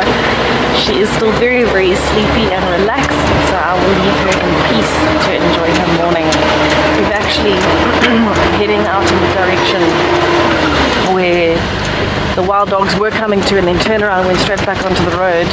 We've just bumped into a diker, and it very well could be the same diker that nearly took me out earlier, and I think we could smell each other's fear for a little bit there when we bumped into each other again on the road. It's definitely still looking quite nervous. It did a bit of a zigzag now and then disappeared very quickly. So I think still as nervous as we were when it came running at us, as though it was going to eat us for a little bit there. That's the closest I've ever come to being killed by anything in the bush. Not that it could have done much damage, but it was still terrifying. When a flash of grey starts running at you in the middle of nowhere at speed, your mind jumps to all sorts of conclusions before you notice it's a diker that's skillfully dodged your car at speed with wild dogs behind it.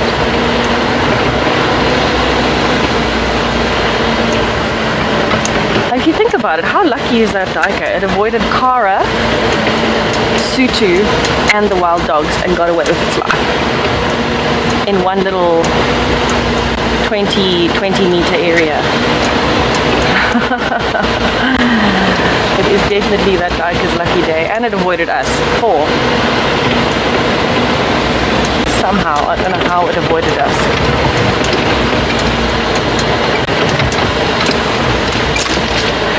So I'm actually headed down a road called Impala Road. I'm going down towards Impala Plains.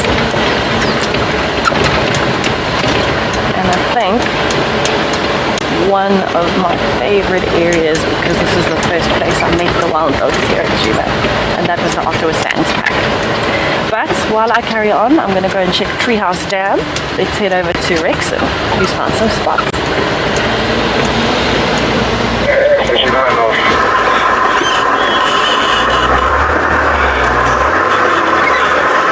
Welcome back. Calamba just crossed to Torchwood, but we'll try to show you.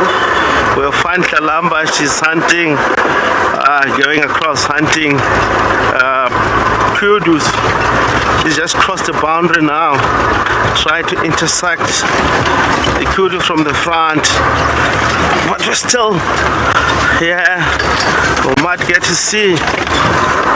She's running fast, deeply into Torchwood.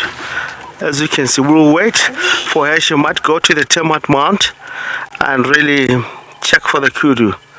It was a long chase. As I was saying, we'll be working from all these roads, internal roads. We have seen these tracks of Calamba.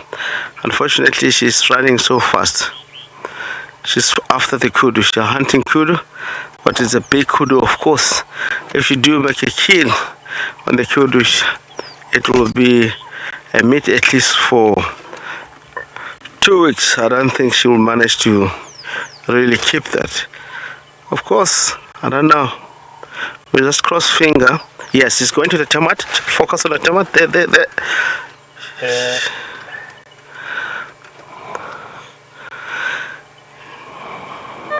Can you reverse it?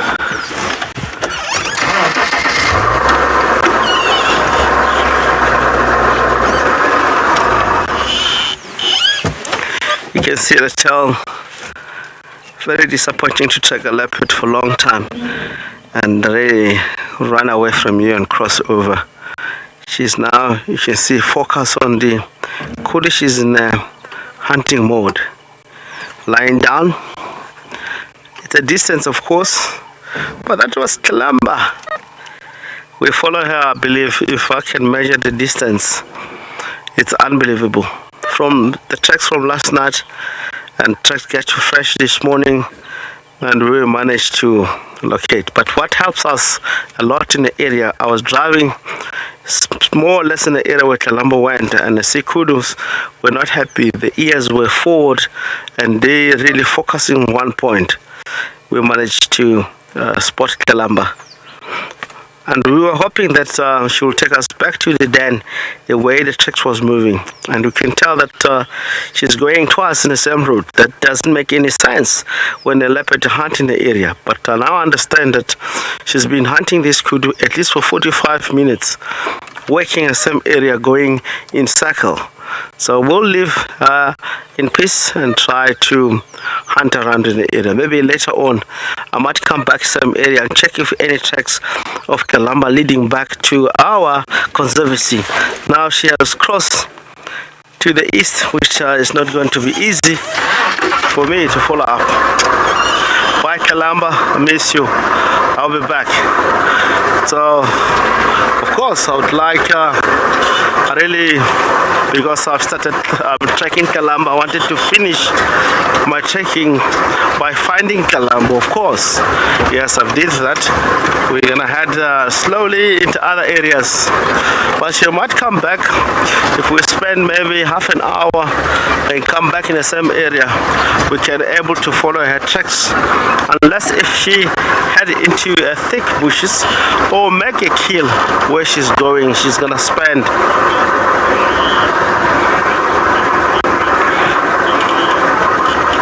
Julie, thank you so much. It was a very great trekking of this leopard. If I can calculate the distance or kilometers plus minus, we were going in circle. It might be 4 to 5 kilometers. We're going in the same area, tracking the leopard, keeping the tracks. Even if other vehicles have driven on top of the tracks, we managed to follow up by seeing one digit on the road because vehicle was over. In order to get the direction and understand, it's more important you finally get where the tracks, but not get disturbed by anything.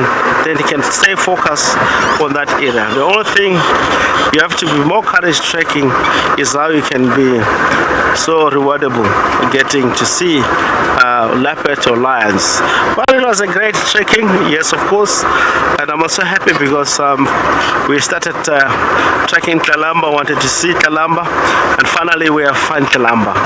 Although we have crossed into our neighborhood where we have no rights, we cannot blame come in the area and check Calamba. I'll find Calamba. Maybe she might by then showing us the right direction of the den where she might be putting the cubs at the moment.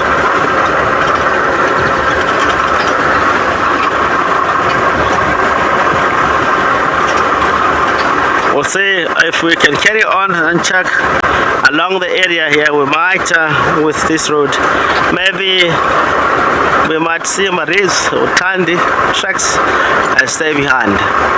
It's a very good day. Of course, it was raining a little bit at night or yesterday, late afternoon, and drizzle now and then. Any tracks are part of vehicles that drive here and ride on top of the tracks.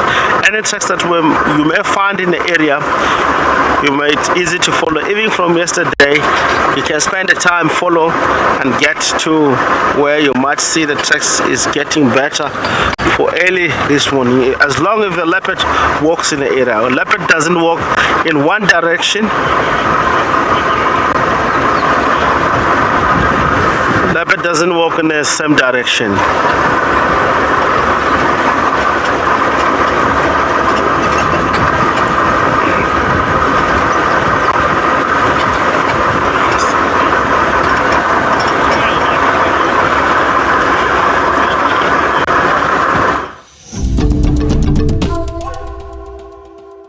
After the leopard sighting, Calamba was found and now she has crossed into Touchwood.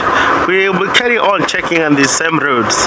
What I like about leopard is not like a vehicle that will be always going in the same direction. Leopard goes in circle all the time. So if it's hunting, know that a 1 square kilometer of a block, it might take over 3 hours trying to hunt in that particular area. So if you find the tracks from last night, don't ever leave it.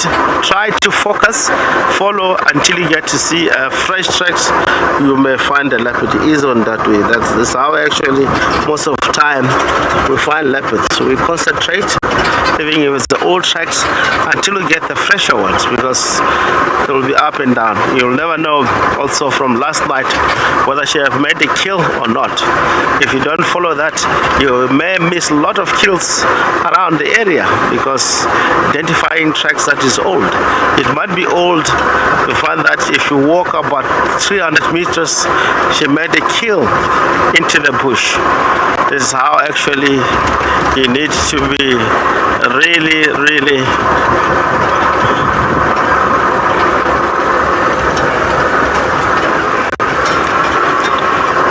you need to focus a lot on the tracks and also love what you're doing.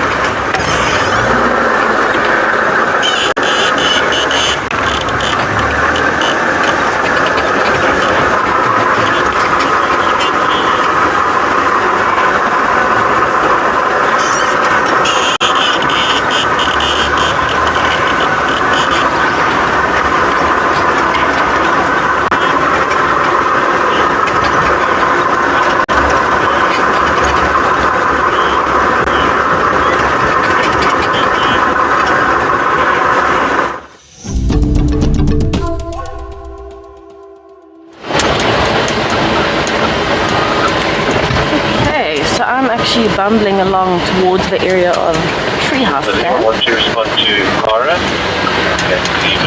And we will see what comes along. I have heard reports of some lions around the area, so I'm going to take a slow drive and just see what we can find.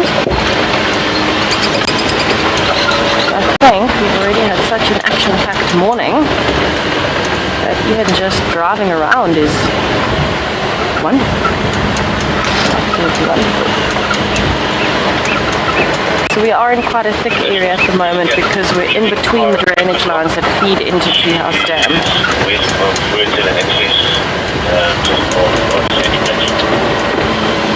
So it is a really good area even for elephants. We are actually quite lucky here at Djuma with the amount of water that we have available. There's a lot of elephant activity.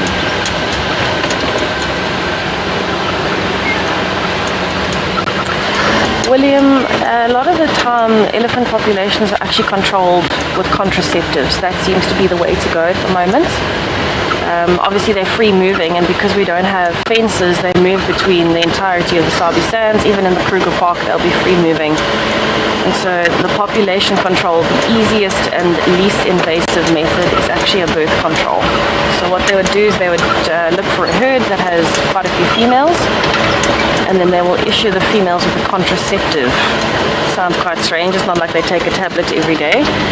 It's usually actually an implant or something like that, and it lasts quite a few years, and then when it starts wearing off, they can either choose to leave it and then the body works through it naturally, or they can redo the contraceptives just so that there's not as many herds that are actively reproducing to try and keep the populations low. Relocation is not an option anymore, really, because there are now elephants in all of the safe areas for elephants, and if you try and find an area that doesn't have enough elephants, there's usually a reason why it doesn't have enough elephants, and that often has to do with poaching for ivory. So you've got to be very careful about which methods you choose and where you choose to use them. The main control at the moment, though, is contraceptives. That's the best overall option, because it doesn't affect the elephants other than the actual darting experience. They're darted by a vet.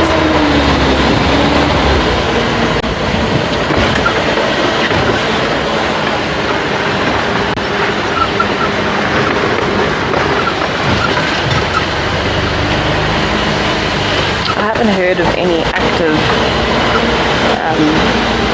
controls happening here right now.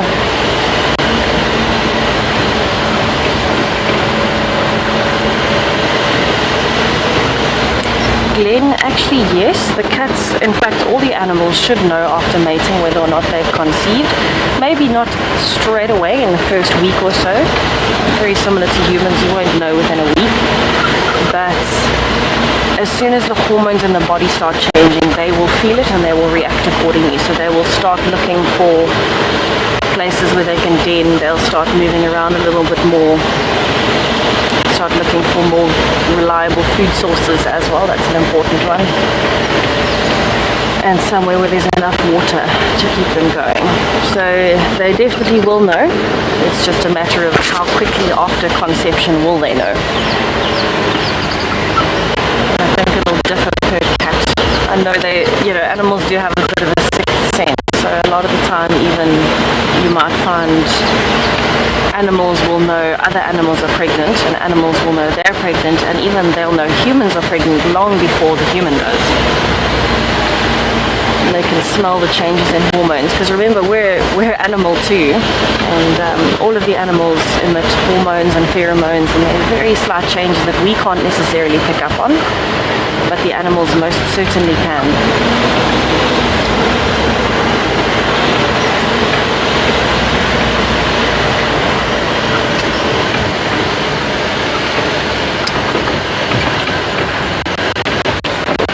Bumpy section here.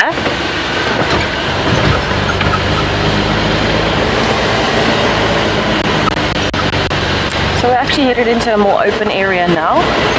We're almost in the area between Twin Dams and Treehouse Dam. So the drainage lines are a little bit further on either side, and we're in the little clearing higher up in the middle. Very pretty area. I could imagine the wild dogs back here.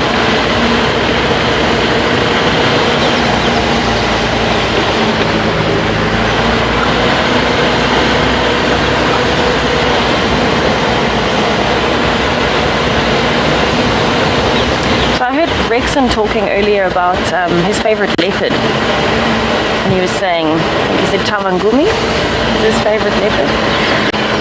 I was counting earlier with Darren, I've seen 10 leopards here, or I've met 10 leopards of Djuma, and I've only seen Tavangumi very, very briefly, but it's quite difficult to compare when I've only spent a total of just over 3 weeks at Djuma. The rest of my time was at Ingala and Pinda, and it's quite difficult to try and choose a favorite when you've only known them very briefly. And before I met Kuchava, I was fairly adamant actually that there's a giraffe there. I was fairly adamant that it was going to be tough for me to choose, and then I met Kuchava, and straight away I just knew she was my leopard. So Kuchava is my favorite leopard. I think she's got the most captivating eyes that I have ever seen on a leopard, and for some reason I just felt a connection to her, and that doesn't happen very often, but I'm very happy that it did, because I haven't had that in quite a while. The last leopard I had a connection with like that was Tambweti Tom, Makoti Male's father at Ingala, and then Makoti Male. I think the connection I felt with Kuchava, though, upon first meeting was more than enough to make her the overall favorite already. Quite a strange experience, but I'm very happy.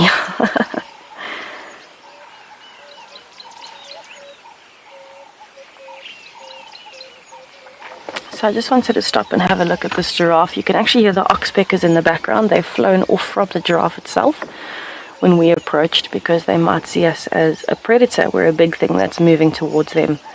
Once they've settled, I'm sure they'll come back. But this is quite a big male. He does have a few scars on his face and on his neck, so it tells me he is fairly old, and he's very dark as well. But I think he's enjoying the fact that it's nice and overcast and cool, so he doesn't have to worry too much with hiding from the sun. If you have a look on his back there, as he's bent over, you can actually see quite a big scarred section, and that's quite an unusual place to see a scar on a giraffe. Normally it'll be on the sides of his neck and on the sides of his body from necking, so they can actually kill each other with necking when he's being challenged by another male, when he's challenging another male. Yeah, here the oxpeckers come back again, you can hear them, and they're about to land. There we go. So that's quite an unusual spot to have a scar, because I can't imagine it would be very easy for another male to kind of damage his skin in that area. So I'm wondering if it wasn't something else, possibly lines or something when he was younger and smaller, or possibly even just a section that he scratches a little bit too often on the bottoms of trees, on the branches.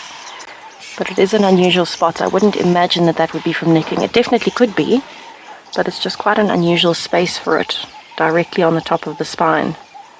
There you can see down the side of his neck he had some scars.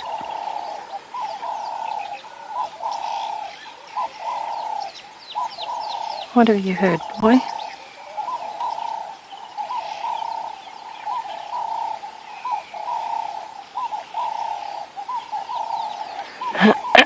So he's actually moving in the direction of Treehouse Dam.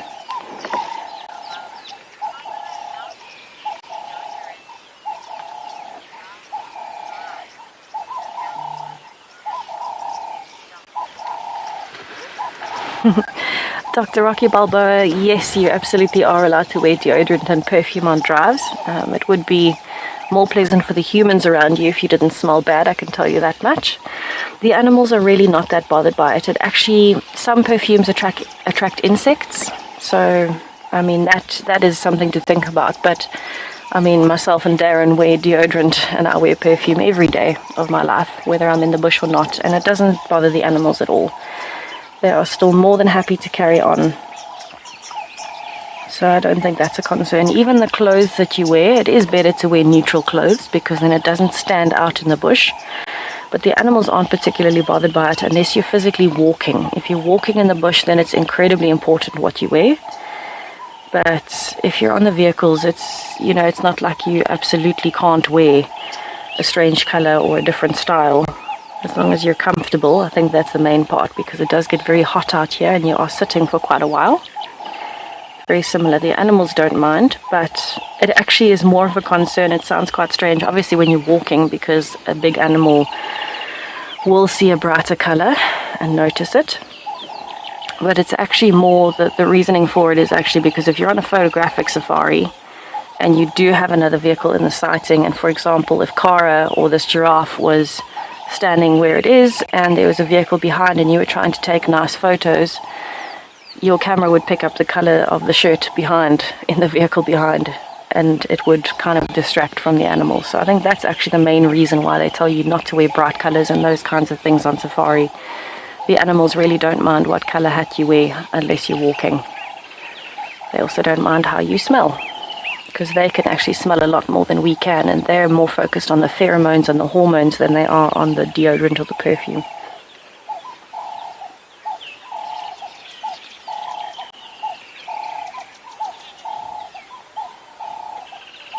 He really is a beautiful male.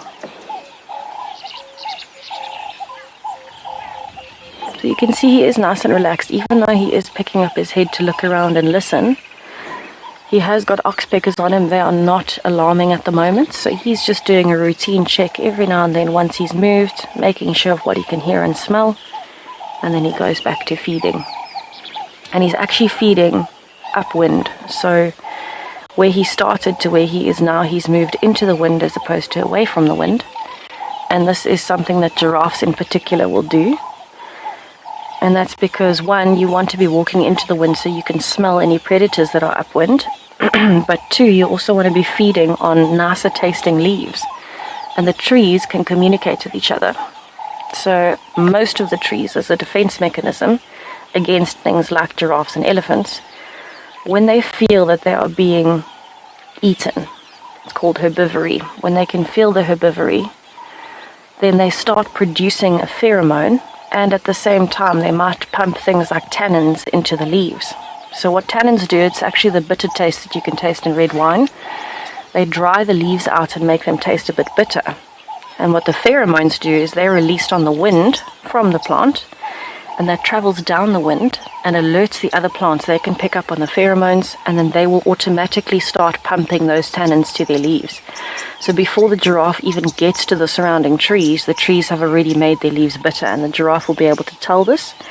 So the best way to avoid it is to move upwind, because the pheromones are going to travel downwind. So they'll travel behind the giraffe as opposed to where it's walking to in front of it, where the leaves are still tasting very good because they didn't get the pheromone message. So it's also why you won't see giraffes feeding on the same tree for very long. They'll feed for a few minutes and then they'll move to another tree, because in those few minutes that they're feeding and chewing, the tree has already started turning the leaves bitter, and when it gets a bit much, then they move. So he'll be already trying to pick out the next tree when he's walking.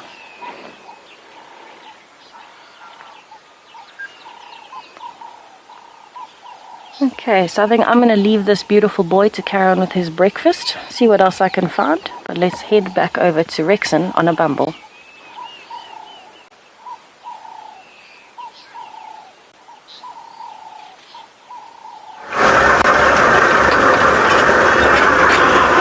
Welcome back from Tessa with the beautiful giraffe of Oxpecker.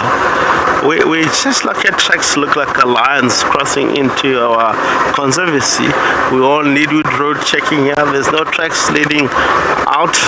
We'll furthermore check back to Gary Main, and we'll be heading last position of these lines. There's something here that walk. I'm not sure. It looks like a leopard, of course. There's a lot of hyena tracks.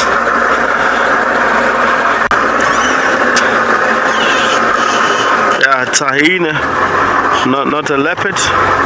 So the tracks is not yet come out of the area. They haven't come out of the area. They might be, if not, they might be still in a block. Maybe they walk along the fire break and it move to the west. We'll check Gary Main, double check again. We have circled the block. This is more important. When you find tracks, you just have to circle that block, drive around to get more information if the species are still in or if they've lead out of that area. So lions are very lazy cat, especially if they've made a kill at night. They're all full, they can't move that far. They'll find an area where they feel like it's very comfortable and lie down. So we might find that there's still a lion here in our property, unless if they headed straight to the west. It would be the best area to check: twin dams, tree house, all those drainage line to the east. But we're right here, no tracks here. So we're gonna join Gary Main, headed east to find if we might find leading tracks going out of the area. I'm not sure which pride it is, but it looks like there is male involved. It could be the Talamati, or it might be Puhumas. You never know until you get to see them. The only line that you can identify tracks is dark mane. Dark mane tracks is not the same with the other pride.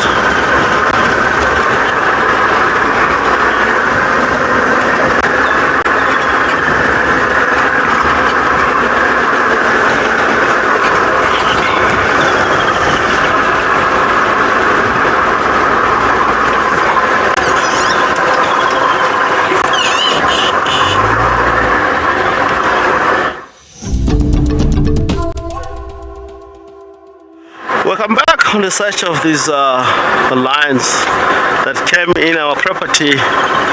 There's one section that I need to cover, of course, before I follow this pride behind. They might be lying down, of course, in the area, no doubt. If the tracks doesn't lead out Leadwood Road to the west, but really be in the area. Just want to check on the fabric towards the old Hyena den. They headed straight towards the old Hyena den from the Gary Main itself. Yet no tracks here. Guarantee the lions are lying down somewhere here. There's no tracks that continuously heading west along the fabric.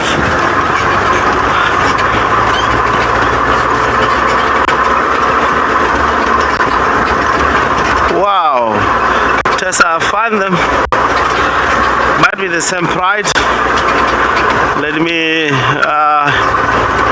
head out of the area. I believe if you find them, they might be between twin dams and the tree house dam itself is where the area of the rest of the prides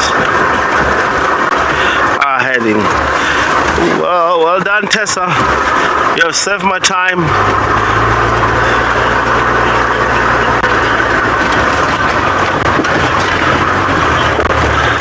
Thank you.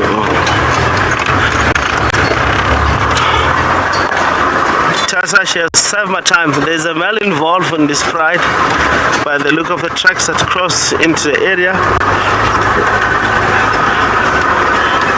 Might be Kuhumas because they come from the south.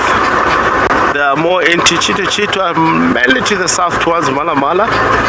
So they come on that direction.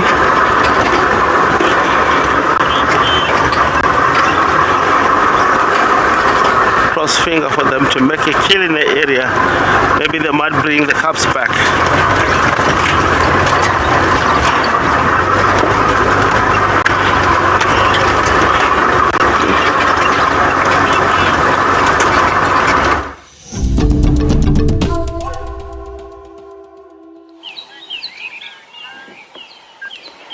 So it definitely is a predator's morning out here.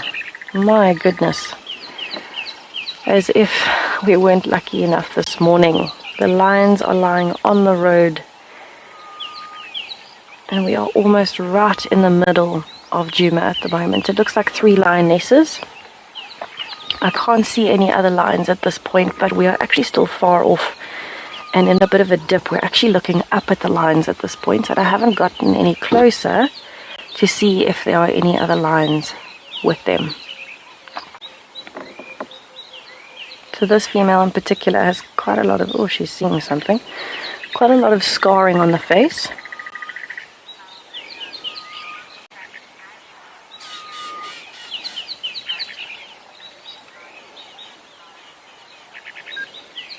She has definitely seen something. So Rexon has mentioned that he found some tracks of a male lion as well, so there definitely could be other lions around. Maybe just not where we can see them at this point, because as we came around the corner, these three were in the middle of the road. So I don't want to get closer just yet. I want to enjoy these three for a bit before we head up and see who else might be there. So these tracks actually came in from the southeastern side of Djuma, close to Chitwa, the junction basically of Cheetah Katlan and Gari Main.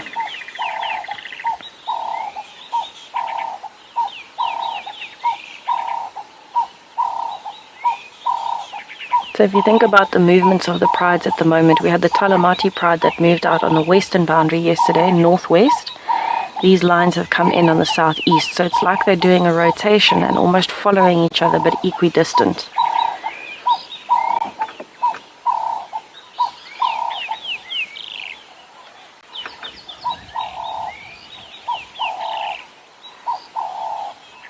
They look like they haven't really eaten, so I think they are in need of a bit of a meal.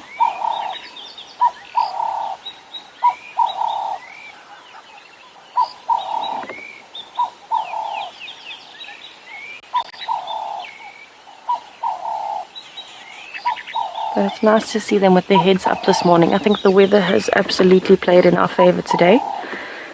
With it being overcast, there's a bit of drizzle every now and then. A nice light breeze. It's not a strong wind today. The predators are definitely much more active. So we have been very, very lucky.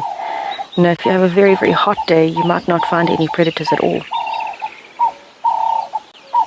So it's amazing how it goes. It ebbs and flows all the time. Some days you'll see everything, some days you see one or two things, some days you see nothing in terms of the bigger animals and the predators.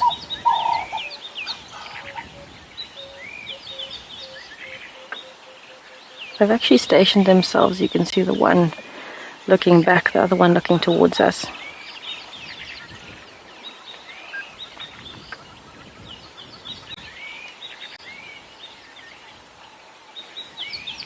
So I wonder, maybe Blondie and Mohawk are here. Maybe just hidden somewhere. Especially if Rexon had tracks of the males. But it is lionesses of the Nkuhuma pride.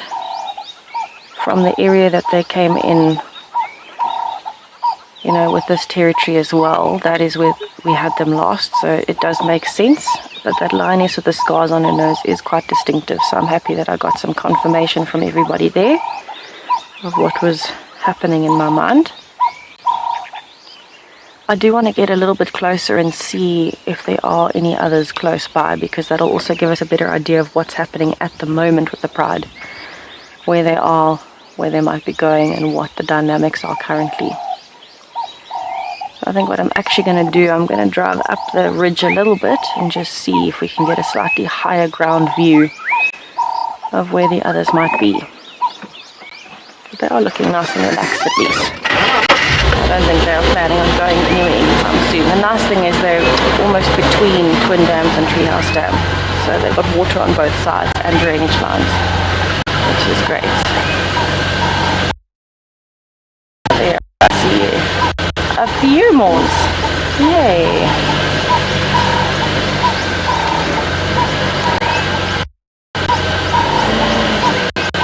Yeah, it's the other part of the Nkuhuma pride.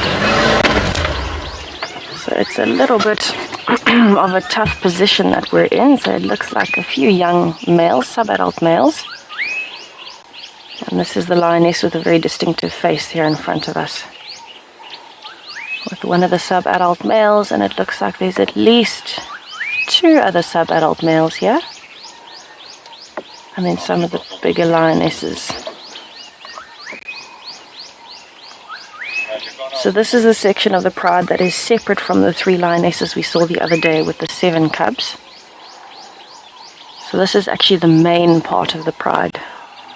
And so Blondie and Mohawk were actually with the other 3 last that we saw them, but they were lagging behind, and probably at the same time they were looking for the rest of the pride as well. But it is nice to see that there are quite a few lions here. In fact, I can see a few lying down that we haven't even seen their heads yet, so I think there are quite a lot here.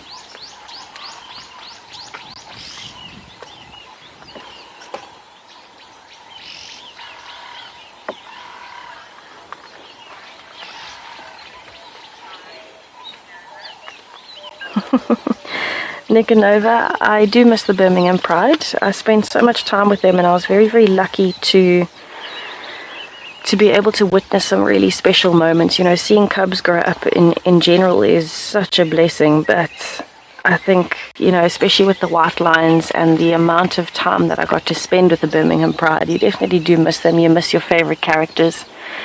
You miss their personalities, especially the young Birmingham male who's now joined up with the Torchwood males. I think I probably miss him most. He was a bit of a clown. To me, he was the lazy lion version of Maribs, falling over things and stalking everything and just so resilient. But I think, you know, that's also part of being out here, is you move around, you meet different animals, you find new ones that you fall in love with. It's never that they replace the other animals in your heart. But they, you know, there's always more room to love more animals in my mind. There's always more room. So as much as I miss them, I know I'll see them again at some point. I'll go and visit.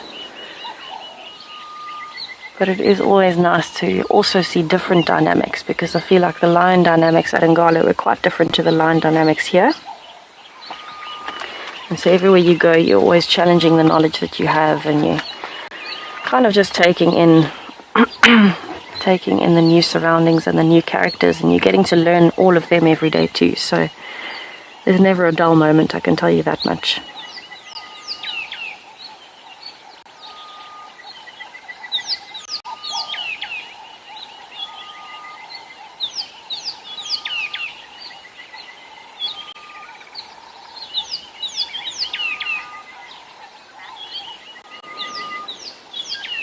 Okay, so I'm going to try and count the lions here and see what we might have, a bit of a makeup between lionesses and sub-adults. But while I do that, I actually just want to listen to everything around us for a bit.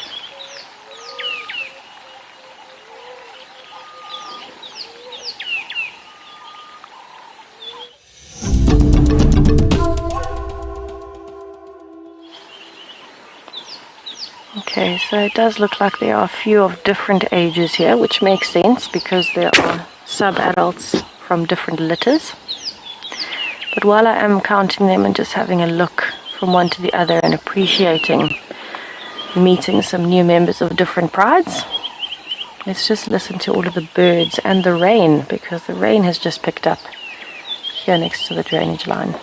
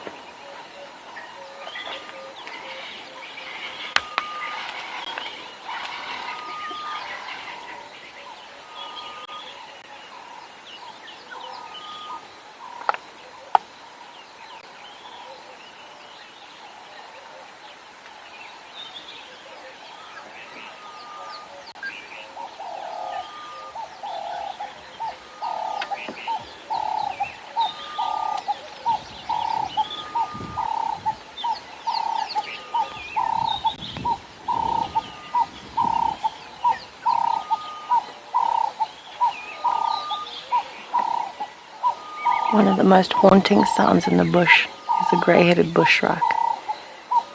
Sounds like a ghost in the drainage line.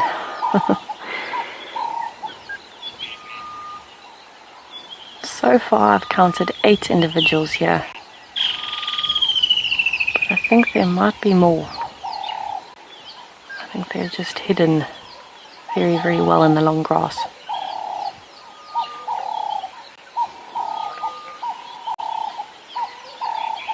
Lovely peaceful morning actually to spend time with the lions, especially the younger ones. I think they're enjoying the open.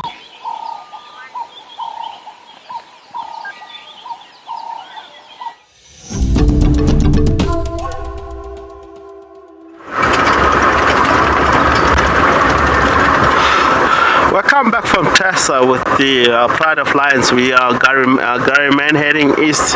We feel like we might be lucky coming and work in the area of Zoe's to the west towards Triple M to see what might be in the surrounding.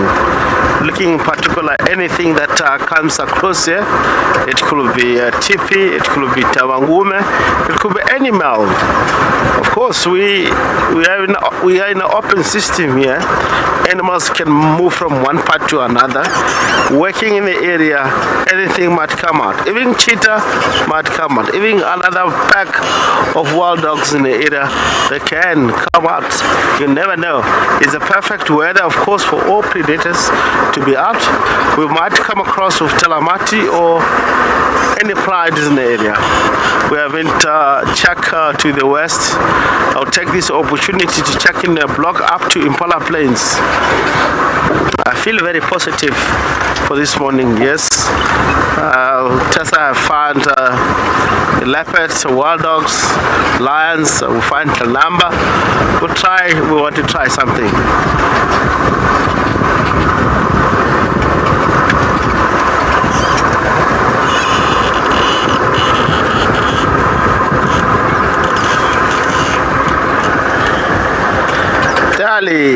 Thank you so much. You love the way I do get happy. Yes, it's really more important to be happy here all the time. Wildlife, being out in a game drive on a daily basis, it's a privilege. I mean, of course, I'm always in a holiday. I have to be happy at the same time. Tracking these lions and leopards, it makes me more excited out here. You just come across with the breeding head of Impala. Since you see the wild dogs in the area, the Impala, they start to move into the thicket. I've driven this morning around quarantine. All the Impala are not there. So you can see now they are on the tree line of the small clearing called the Zoe Muscat line junction clearing, which is more towards very close to Impala Plains.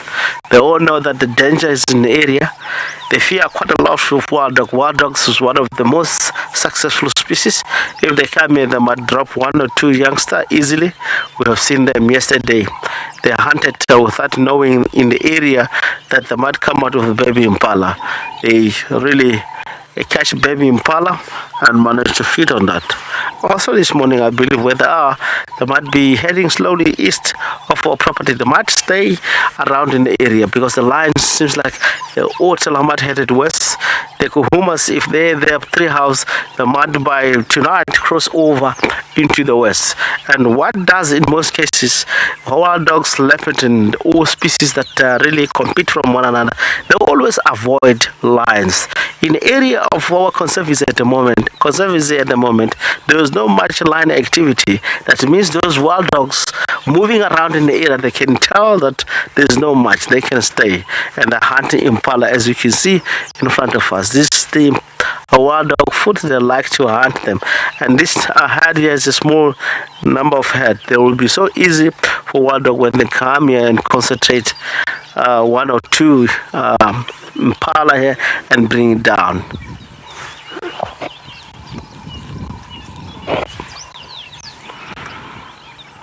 Look like they're so happy. They're not yet notice that in the surroundings there's a wild dog in the reserve. They are more into the southern part of the the reserve itself. Due to east of us is where Tessa and the lions are, about maybe a kilometer from here, or kilometer and more. So it really, they haven't had the lion, they didn't smell the lions. They look like they're happy, they're just enjoying a bit of a Christmas. But you never know what's going to happen at night. By the look of the thing, there was no lion, there was no leopard at night in the area. If Impala spotted a leopard in the area, they tend to move into open. If you find quite a lot of Impala lying in an open space and grazing in the center of the open, they might have experienced danger in that particular area. So let's move. Maybe, I don't know, waste time. I'll try to catch up on the leopard activity that is happening in the area. Try to catch their movement, where they're going, and able to follow before we shut down for the morning.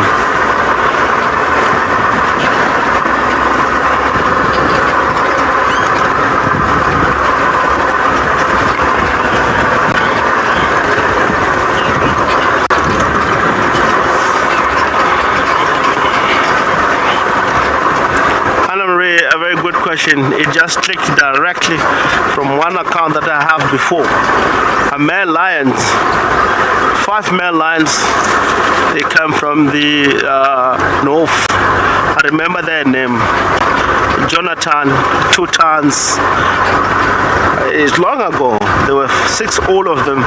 The first male that comes in numbers in the area, it happens in 1997, 1998, somewhere there. The collection of male that comes from Manyeleti settled Juma and headed straight across the south, certainly in the area where I used to work previously before. One day I was driving and I came across with these 5 male, 1 female, and the female, she was in heat. 2 male were sitting very close to the female, and they were arguing which one's gonna mate, and they were fighting. And being 2 of them, they're so big, they compete where they cannot choose who's the best or able to really dominate the other male lions to take over mating. So the female was in the middle.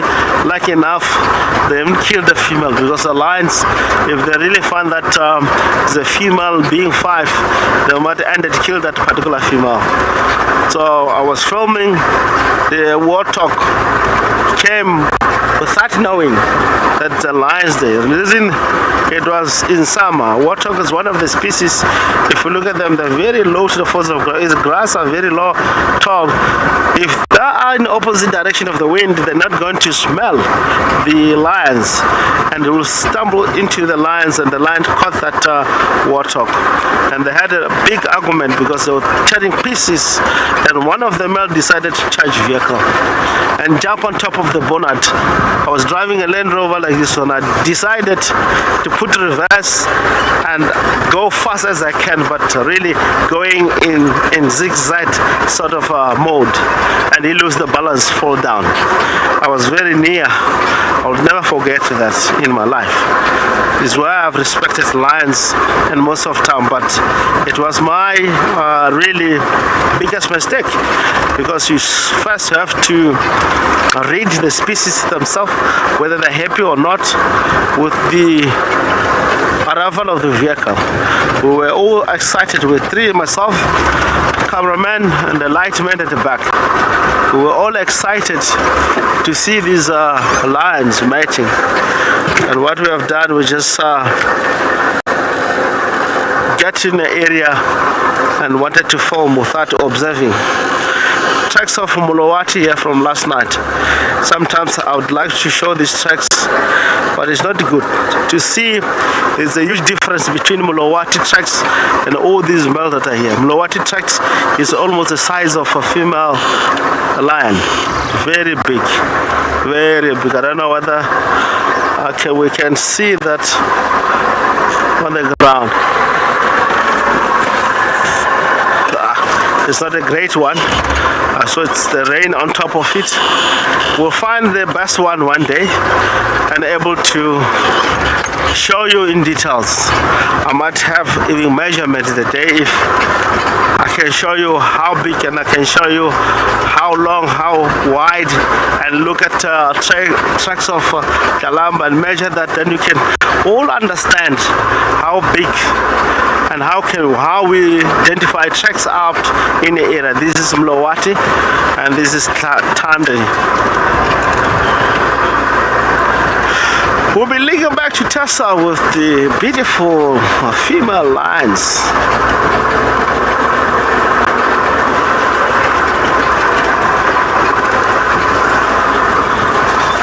Yeah, Mupo.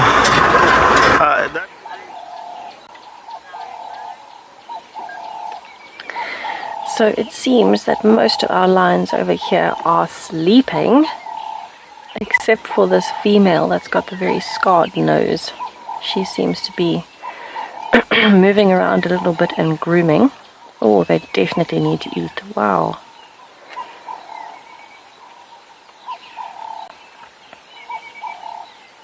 Well, interestingly enough, Rexon was talking about the impalas returning to quarantine and not being too far from where we are. That giraffe is maybe 200 meters away from these lions and doesn't know that they're here, but they also don't know that it's there, so interesting to see how close the animals can get to each other and still be unaware.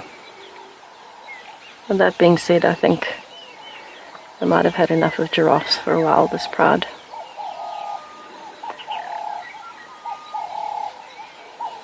So far I've managed to count 9 lions in this group. I can't see a 10th, but we should have 10 lions here, because doing the maths, if the other 3 lionesses with the 7 cubs are still with Blondie and Mohawk, that makes up 5, excluding the cubs.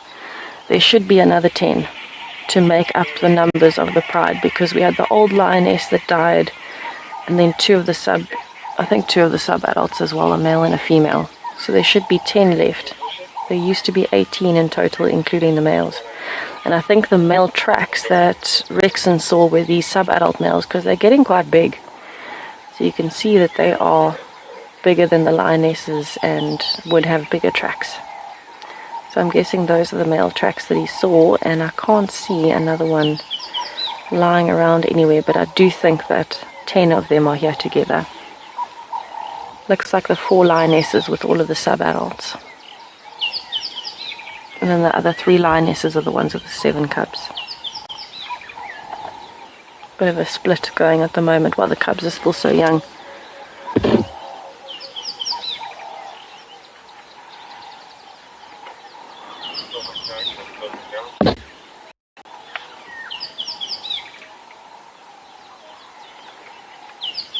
So they've chosen a very beautiful spot. We're right on the edge of a drainage line, which means they've got some cover if it does start raining harder. They've also got a great place to rest in case they get hot, and they've got a great place to escape if they need to have a quick escape for whatever reason. I think they know that the Talamatis aren't around. I think they can smell that the Talamatis and dark mane have not been around for a while.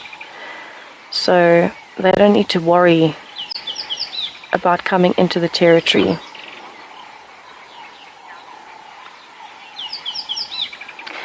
J-Man, it's actually quite uncommon for lions to take down giraffes. It depends on the area that you're in and the lions that you're looking at. Mostly they would go for things like buffaloes and zebras and wildebeest, depending on the size of the pride. If they do have a chance of giraffes, they will take it, but it's normally giraffe calves or sub-adults or young adults, maybe an adult female. So it's definitely not nearly as likely as taking down something like a buffalo or a zebra or a wildebeest or a kudu. I mean, that being said, with this many mouths to feed, a giraffe would definitely last them a lot longer, but it is very dangerous, as this pride very well knows. It can be very, very dangerous to hunt giraffes. They've got a powerful kick. They can kill a lion with a kick. They can take off the jaw. They can break the legs, and we've seen a lot of it with this pride. So it really is quite a dangerous affair to hunt giraffes. There is actually a lion pride. I was going to say giraffe pride. Wow, my brain had stopped working. There is a lion pride that is quite specialized in hunting giraffes. and that's actually in the self-drive section of the Kruger Park, so a little bit further north than Auckland and Ngala actually. And that pride, it's called the Giraffe Pride for a reason, and that's actually part of where the Birminghams originated from. They broke off from the Giraffe Pride at one point. And what they do is they actually chase the giraffes. It's quite a big pride. They chase the giraffes towards the roads because the roads are more slippery. They don't have as much traction where there's no brush. So if they chase the giraffes towards the road or sandy patches, giraffe might slip while it's running, and as it slips and falls, then the lions can pile on. If you try and get a giraffe while it's standing up, it's a lot more difficult because they can kick, they can run, they can move. But a giraffe that is down on its side, their neck is so long and so heavy that they cannot get back up again. So then it's pretty much over for the giraffe if they can get it to fall. That's why when a giraffe lies down to sleep, you'll never see it lying on its side. It lies very similar to lionesses do when they're lying on their stomachs, not on their sides. So curled up like a dog or a house cat, or even something like a cow, a domestic cow or a buffalo, lying with the legs tucked underneath on the stomach and the head curled backwards so that they can get themselves back up again. If the weight of the head and neck are flat on the floor, they wouldn't be able to fight gravity and get up very easily. Very similar to elephants.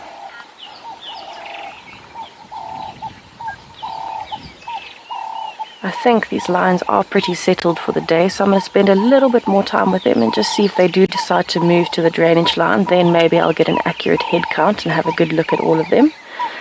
But for now, I will just sit here and watch and wait, hoping that they move.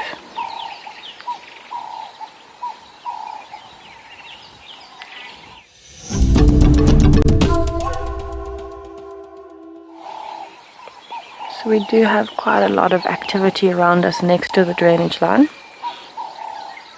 can hear a lot of the birds are still calling, so the rain has let up a little bit, and that's why the birds are becoming more active. So let's just enjoy the scenery of the lions lying around. It's nice to see the Nkuhuma Pride all spread out. It's only my second time meeting this part of the Pride. Let's just take it in for a little bit.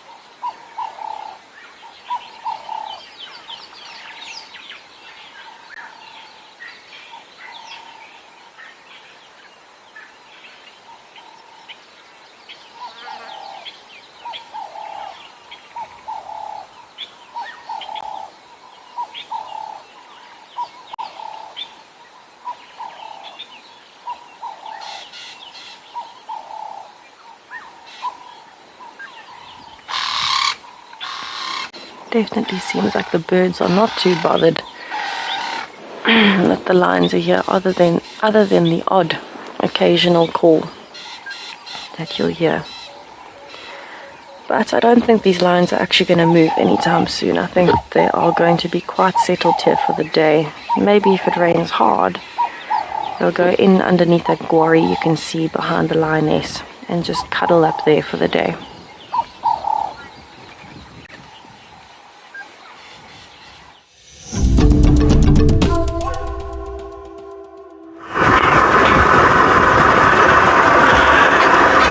From Tessa with the Pride of Lions, we are here at Impala Plain, more to the north, searching the area We don't find much text information, but we'll go back towards the Triple M, where we think maybe it might be activities around those areas. We have noticed over 3 days, 4 days in the surrounding, we tend to see more activity of all different species of animals moving in our conservancy. I would be happy thinking, because female leopard that was spotted around here, it might be the one that TP is always following this particular female. I haven't seen TP yet. I'm thinking I'm taking this opportunity to go around Triple M and check that area if there's any tracks crossing over or not. It might happen that he crossed back into the area. Having experiencing that Tavanguma is very active in the surrounding, it might make TP to come back if the female gets into the area. And it's such amazing, how can TP knows this? A dominant male leopard is always patrol his territory. If a female is out of his area, you will know that. I believe he might be fearing Tavanguma at the moment. At any time, Tavanguma, if TP met it of Cara or Shudula have cubs, Tavanguma is going to interfere. Also, the female are so clever. If they find that TP and Tavanguma, both of them are very strong leopard in the area, they cannot sort it out when it comes to the issues of territory.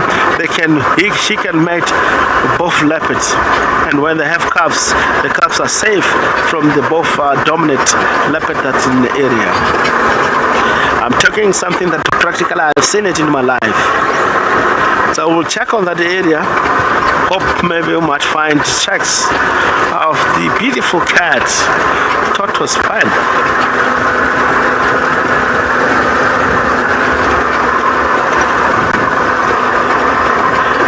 We are moving in the area of Shudulu and Cara. Maybe one of these two leopards as female might come in the surrounding. Easy to find the leopards in the area. You just concentrate on tracks and you know exactly and follow up. One of the most challenging species to track, of course, is the leopard. Not easy to find. It needs you to find.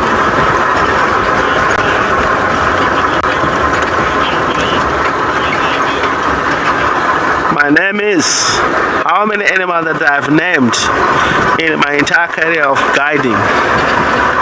I cannot remember, but yeah, it's quite a lot of them, because I've started this kind of career long ago, early 1992, somewhere there, up to 2021, nearly 2022. I'm still in the same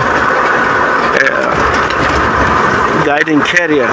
So I'm named Letter of Leopard, being physical, not directed, and help other people to name a leopards and really give selective of the name according to the behavior general of that particular animal. So I've given lots of names. I've named many leopards in the area. I remember even the pride called Kuhumas, the name the one have named Kuhuma Pride. First time ever seeing Kuhuma with my colleague Chris Tampa that used to work at Juma. Yeah, we came across with this Kruger, this pride coming from Kruger, and they were very aggressive. We try to track them, and mainly they come behind us and chase us, charge us. We go to the video. It takes the pride to settle in the area, being relaxed, more than a year. So today, if we look at the old offspring that from that time they have today, they have Kuhuma Pride now, they are very relaxed. It started from there when we check the lines, even if they're not used to. You try your best all the time tracking and find them. We name them Kuhuma. The name derived from the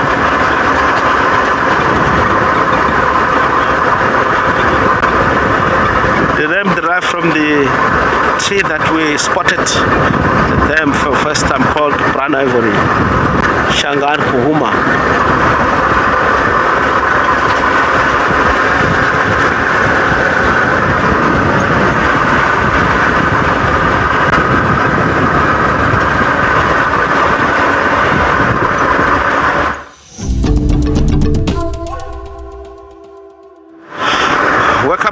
now we are still in the area of TP tracks is not yet. Maybe in the area called One Eye Pen, where lots of leopards and lions and elephants, they love that spot. Maybe they might come over from that side. We're really talking about the Kuhuma tracks, where Kuhuma Pride, the name where it derived from. Spotting them underneath the brown ivory tree, the brown ivory in Changan called Nkuhuma, is how actually the pride we named them. First time spotted them under the brown ivory. You may call them brown ivory pride, but in Shangan call them Nkuhuma pride. I also have named another leopard called Misho and Duna. I was tracking the leopard during the WildEarth shows, and I find Misho and Duna early in the morning. And everyone really wants to see leopard cubs, and I was requested to go and find this leopard on foot. Then I track Kurula and find Duna and Misho. I named them also. The reason why I named them Duna, first time Duna, the leopard called Duna. See, when he spotted me, he came into the open face with me, like a headman facing with the majority of people in the village. He was not shy. The other leopard called Misho, just because it was early in the morning when I found them, then I decided the one was a little bit shy, but because it was in the morning, I called that one Misho, Miss Morning, the other one called Nduno, because it was not shy at all. So this is how is some of the animals that I've named in the area.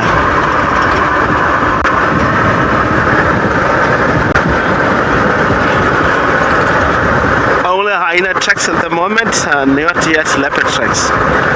We're still triple arm.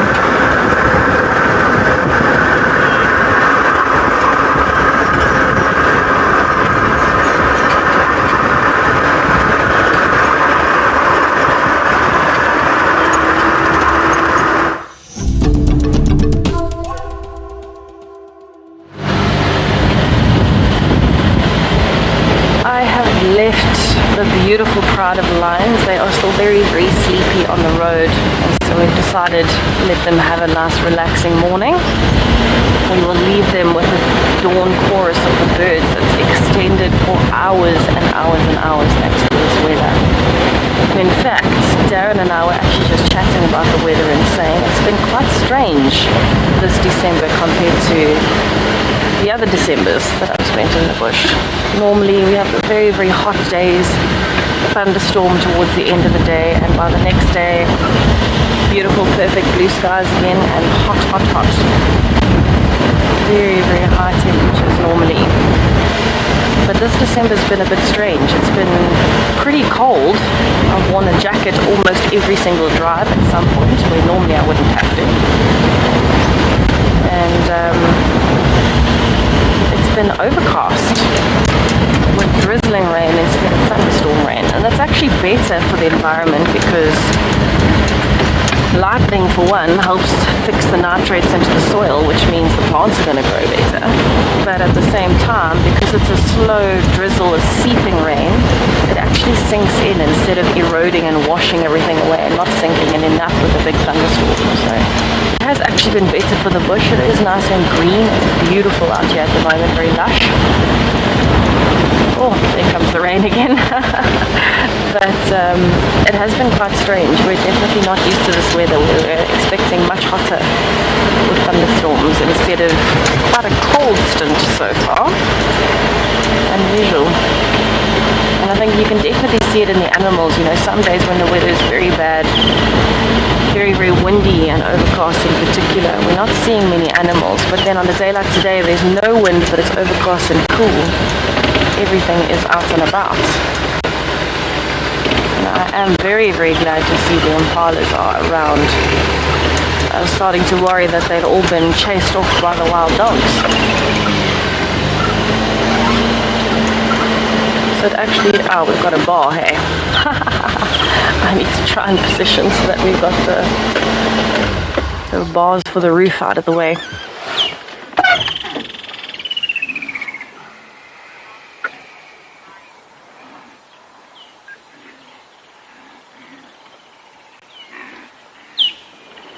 I'm so happy that we got to share so many different things with you this morning. I think, yeah, some of those screenshots are going to be epic with all of the action. Listen to these impalas.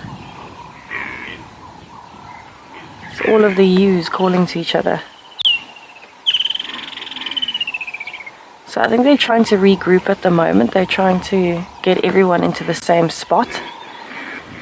Feeling a bit nervous after the action this morning. So to give you an idea, the areas where the lions, Cara, the wild dogs, hyenas, where everyone was all right here. So we are now on quarantine, but you know, literally within a kilometer of us in almost all directions there was a predator. So they're in the middle.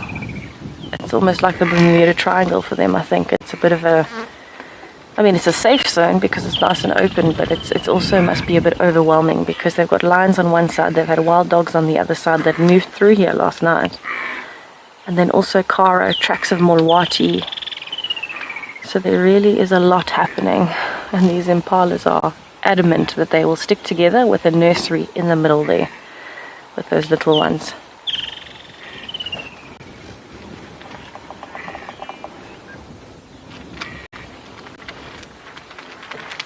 The wind is definitely picking up, and so I'm sure that's why these impalas are going to be here in the open instead of trying to find shelter today. I'm sure these impalas are going to be in the open.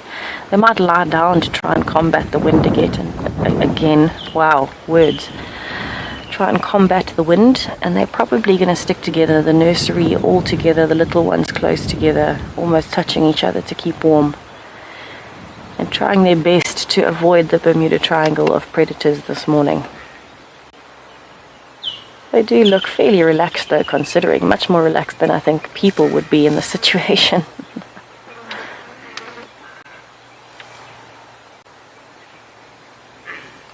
You can see as much as it is overcast and windy, it has not deterred the flies. Look at those tails going.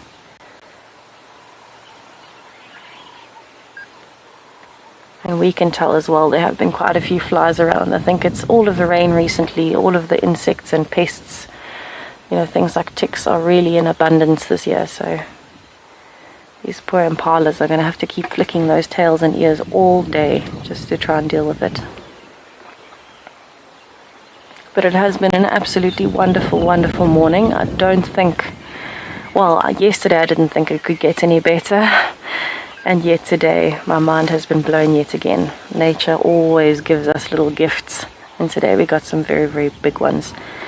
Thank you so much for joining us. We're so happy we could share it all with you, and we are looking forward to another productive afternoon this afternoon and seeing you there with us, so we can share all of the surprises that come along with everybody, and hopefully the weather represents as well.